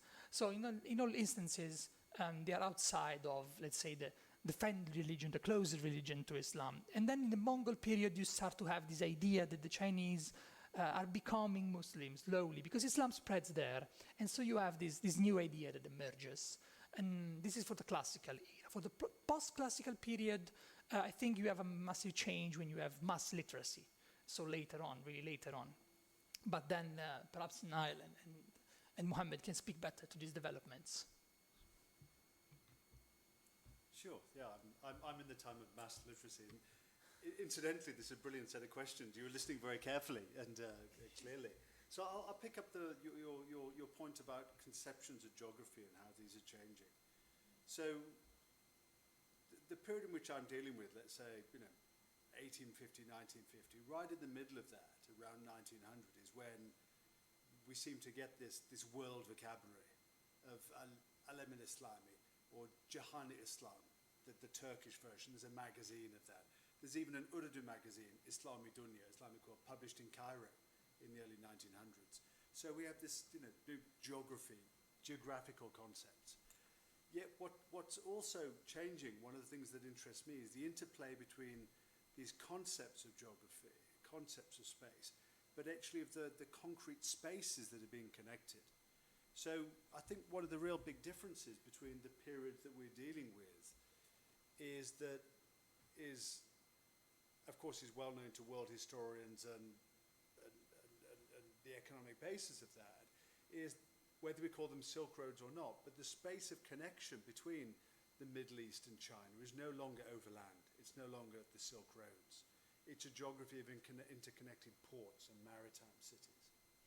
So it's no surprise then that the places where this new vocabulary is being developed, or at least publicized from, is these ports, which are also the key publishing centers, whether Istanbul or Cairo, which itself is a port, and Bulaq, the printing center of Cairo, is of course the river harbor side of Cairo. But what's curious to me is it's during this period of actually the port-based connections, that there are attempts to rediscover then this overland history of early connections, and rethinking, well, the Hui, Badruddin as-Sini, the Hui Chinese author I wrote about, he's writing about these overland routes. He doesn't call it the Silk Road because he hasn't heard of this concept yet. So he calls it the dry route, the Haki Rasta, he calls it in Urdu. It's the dry route, the overland route. But still, there's this real sense among the Chinese Muslims that they're trying to understand, well, the Hui, where did we come from? What is our past? And he's actually drawing on as well Vasiliev, among others. So this sort of Russian sort of inset into China too. So yeah, this geographical concepts are sort of changing through the actual concrete spaces of connection, but they're being used to sort of reimagine and rethink these older periods as well. So it's a bit of a space-time sort of, kind of issue that's going on. Another thing that I think is worth thinking about in this area is that there's a concept of several competing concepts of Arabiya. And one is the sort of the Arab nationalist concept as that sort of evolved, and that's the one we're more familiar with now. But actually among a range of Indian Muslim thinkers, including Indian Muslims who had reconnected to the Middle East and through these new steamship links and come to study Arabic in Al-Azhar in particular, and learning modern Arabic. And they're promoting a concept of Arabiya as you becoming part of this Arab world, if you like, or an Arab Islamic world. But through learning Arabic, you become Arab. So it's almost like a very old sort of Abbasid era notion of Arabness, in effect, that you can become Arab through learning Arabic. And they're kind of, within an Indian concept, they're saying we're becoming part of this Arabness too, this Arabiya. So, that, I think, although that doesn't relate to China, it's still bringing, Urdu speakers and Arabic speakers together through sort of this shared culture and these other ideas of geography. So, yes, I think much to think about, as you're thinking about, when we're thinking of translation and how different peoples in different times have different cultures of translation and different concepts of linking together different spaces. And our default ones now, like I've said, the Silk Road, I think we can really over-project that back as a more general category that, has a much kind of smaller usage in people's geographical imaginations, and I think we might, default to recognize today. I mean, I'll just mention very briefly, building on that, is that I think a common connecting thread is that a lot of the people who are involved in these exchanges are really participating in kind of creative world building, right? And I think the instance of the rise of the notion of the Muslim world in the 19th century and China's place within it is very illustrative of that. Because as this idea was gestating, and I think Jamil Aydin kind of elaborates on the intellectual's origins of the concept of the Muslim world as something that is co-produced by kind of European missionaries, Orientalists, but also receivers and exponents of this concept in the Muslim world. As the debates rage on about China becoming a Muslim state or a Muslim kingdom, and people are alerted to the fact that there is a large, sizable Muslim population, and there are wild numbers that emerge, 50 to 70 million, the notion of China as part of the Muslim world is actually something that's pioneered by Christian missionary groups. So the Journal of the Muslim World, for instance, is the first that creates maps showing where Muslims are in China, And it's the first time where kind of this layer of green extends deeply into China.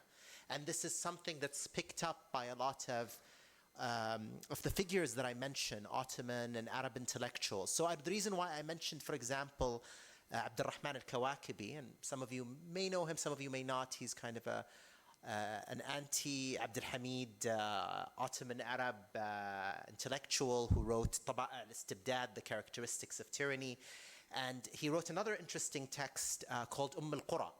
al-Qura is a fictional pan-Islamic conference that was held in Mecca, which actually some European observers stupidly thought actually happened, and they cited it as an actual fact in some of the texts that I look at.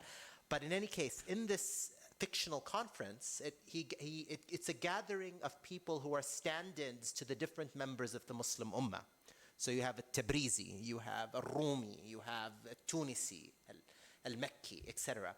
The interesting figure for me anyway is al-Imam al-Sini, who shows up for the first time as a member of the Muslim Ummah in that imaginary conference held at the turn of the 1300 Hijrah, as kind of part of the Islamic Imperium, or the lands of Islam, Dar al-Islam. So I guess, there's, again, this notion of creative world building and kind of the idea that there's a lot of ambiguity at play of what is China, what is Islamdom, what are the lands of Islam, that really plays across a lot of these texts. Any other questions or concepts or intervention? Actually, we're already out of time, but we could, if there's any last comments or questions.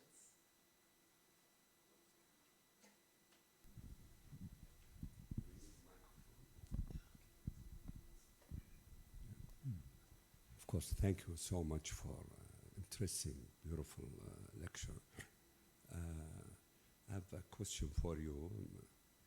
He comes from the same university that I went to. So you mentioned Edward Said, and if possible, to elaborate more about in the Arab world, we've been occupied for quite good time, 19th, 20th century.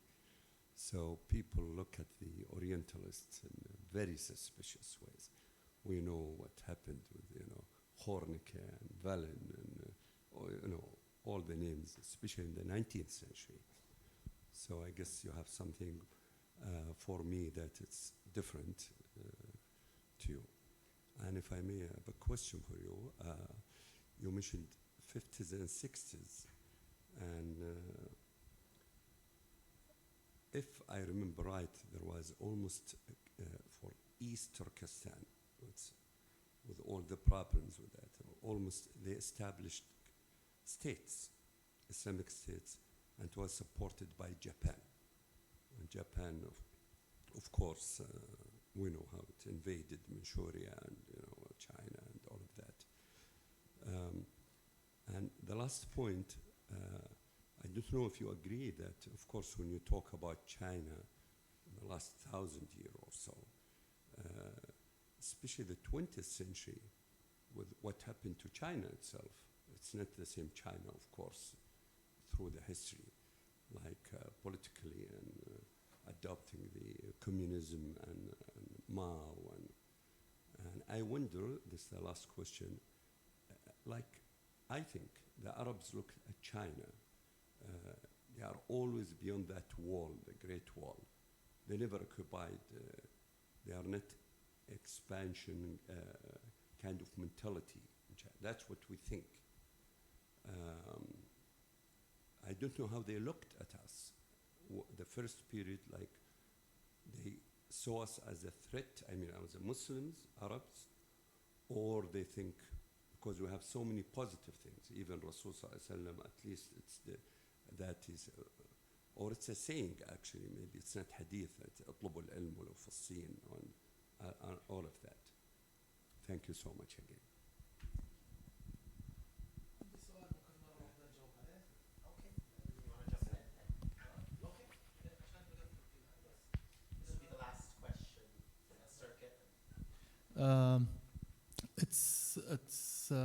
So I noticed when you spoke about Rashid ad-Din, the way he was talking about the Mongols or the Chinese, about their science, and it reminded me of the way some maybe early Muslims were talking about the Europeans. Like we have to follow their science. They have to, that kind of.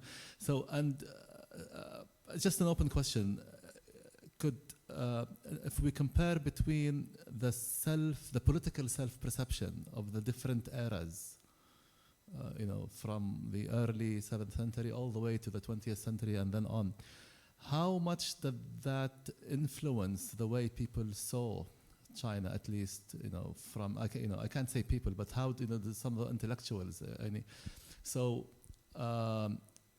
and especially, and this is the last one, the perception of China in the contemporary era. To what degree is it shaped by the colonial experience of the Arabs? I mean, when they look at China, is it less of another religion and us less as Muslims versus a community being colonized with another community that is also under some kind of colonial threat, and that kind of, all the way to the, mid 20th and late 20th century. Thank you so much.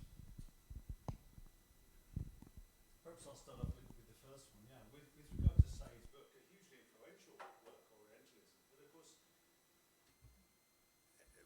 Professor Said's work was based on a study of English and French texts, and then his argument was effectively that these English and French works of Orientalism create a fantasy of the East, of the Islamic world, that has no relationship with reality, with local realities, with local intellectuals. But now, 40 years on, since the publication of that book, a number of very gifted Arab scholars, Omar Riyad, working in Belgium, Ahmed Shamsi in Chicago, have actually then been saying, well, what in this period, in the time of the Orientalists, were Arab intellectuals doing and writing themselves? Did they have a completely separate notion of their own societies? Let's look at their books. And what these scholars have been doing and showing is actually they're in conversation, sometimes directly writing letters with the Orientalists, sometimes reading their books, sometimes refuting their books, sometimes agreeing with them, often using their editions of older Arabic texts to part of this rediscovery that Shamsi talks about. Or, in some cases, drawing upon them, as Dr. Sudaidi has said with regard to Vassiliev, drawing upon Orientalist texts with false information, which become part of, misunderstandings, but not in a way that I think sort of Said had kind of theorized back then. So, scholarship moves forward. We build on one another. We often build on the shoulders of giants, such as Professor Said, his huge achievements. But now we're actually kind of getting, I think, this sort of more sophisticated intellectual history, when we're actually saying, well, what were the Arabs saying? What were Arab intellectuals saying, not just what the Orientalists were saying? And to me, this is, really interesting work, when we're seeing the Orientalist and Arab scholars in conversation with one another.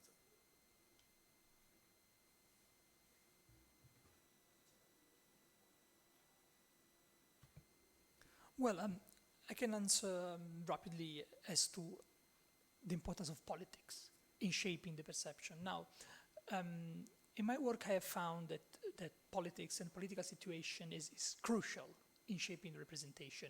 And the case of Rashid ad-Din really encapsulates this because, well, he's writing for the Mongols. He's a Mongol subject, and he's proud of being a Mongol subject because the Mongols have won. And so, of course, he's in the winning side, and he's happy of that. But he also believes in their project. And so when he looks at China, what he sees is another Mongol-ruled state that can teach us a lot. And so by taking that material, we can make our own state more powerful, and then we can also make Islam more powerful. The case of Chinese writing is really exemplary of this. He says, well, if we had Chinese characters or something like it, Islam would be much more powerful because, and he explains this in very clear terms, when I write a book in Persian, then the Arabs cannot read it. And when I have to study Arabic, it takes years, he says, and it's a hard work, but I need it even just to achieve salvation, he says. Of course, I have to read the Quran, but to read the Quran, I need Arabic. Now, if we had something like Chinese, we could all communicate among each other without any any issue. And so we would really realize this community that we have been dreaming on for centuries. And if the Chinese can give us that, then why not? And it's a very fascinating and also compelling argument in many ways. And then later on in the Timurid period, once again, politics is crucial because the Timurids are dealing with the Ming, with China in a very intimate, they have a very intimate relationship. And once again, we find that they portray China in a very positive way, especially court intellectuals. So they were all talking together. Court intellectuals were talking with the ruler, and the ruler was talking with court intellectuals, and they all together agree on a view of China that reflects politics, because of course you cannot go against the ruler. So if the ruler is doing deals with China, then you should support their effort or leave the court. So I would say it's definitely crucial, yes.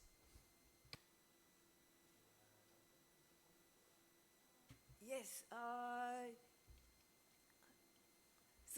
Where there are various kind of authors and writings over different periods, and about how the Muslims and the Chinese perceived each other in different period. Of course, the politics and then different context. So at the very beginning, where the trade was very important. So before the Mongol period, we see a lot of writings among each other.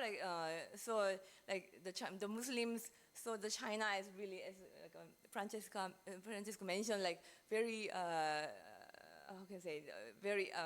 They are very good in skills and the great country and very wealthy and very well governed, and also the Chinese view the Muslim countries very rich, they are the richest countries among the foreigners who bring all different great goods to China, but after going through the Mongol period, so Francesco talked about the Rashidatin, this really special intellectual responses, but in China, for example, there are different reactions. So the Chinese were humiliated by the Mongols, and then the Muslims and then the West Asian people were collaborating with the Mongols, and they brought all different kind of new books, and then so some Chinese reacted positively to the new information. It's like Jesuits, the Chinese reactions to Jesuits. Some of them were really receiving this positively, but some of them really criticize as barbarian things. And so the Mongol period, some Chinese really looked at the foreigners as barbarians, but some of them in a neutral way, but even some of them looked at the Muslims very positively. So still they are really, because during the Mongol period, the port cities and the capital city and many other cities, the Muslims spread in a greater scale, and then many of them also had good relations, like Muslims living with the Chinese, and some Chinese literati wrote some inscription for the Muslim mosque, and then they say the Muslims are really decent people. They had a great history, and they have history, culture, literature, music, and writing, everything, and so really highly positive perception. But some of them very opposite. So and of course political things influence. So really we see diverse cases in the pre-modern period. I'm more working on pre-modern and modern examples. Yeah, I think politics is very central. I mean, if you look at, say, the European, for example, imaginaries about China, Voltaire, for instance, writing about a well-governed, enlightened state as a way to attack the ancien regime in France, or even later on, the depiction of China as a barbaric, despotic other, which serves kind of the civilizational claims of Europe. I think the local, the political, the demands of the local politics always defines and shapes the depictions and discussions about the other, and that's particularly true about the Arabs in East Asia, since you mentioned Japan. Because I think, you know, if you look at the late 19th, 20th century, and even into the 21st century, imaginaries about East Asia are primarily filtered through the political moment in the Arab world. So in the late 19th, early 20th century, Japan is really celebrated and seen as a possible savior, as a model, etc. Once Japan is defeated, a lot of sentiments are transferred to China. There's a very, very good example of this. Malik bin Nabi, the Islamist intellectual from Algeria that I mentioned, in his memoirs, he talks about how he used to fight with a Chinese colleague of his in France in the 1930s, where they were debating about the merits of the Japanese invasion of China. Right, of course, the Chinese was defending his homeland, and he said this is a barbaric invasion, while Malik bin Nabi was pushing for the claim that no, Japan was going to uplift China and will use China as a springboard for the liberation of Asia. Once the 1950s hits, Malik bin Nabi is at the head of a delegation to Maoist China, where he celebrates the achievements of the Maoist regime, and much of his descriptions of Japan are transferred to China. And I think this kind of sentimental transfer is very true. You even see it today in, for example, the debates about contemporary China or Xi Jinping China.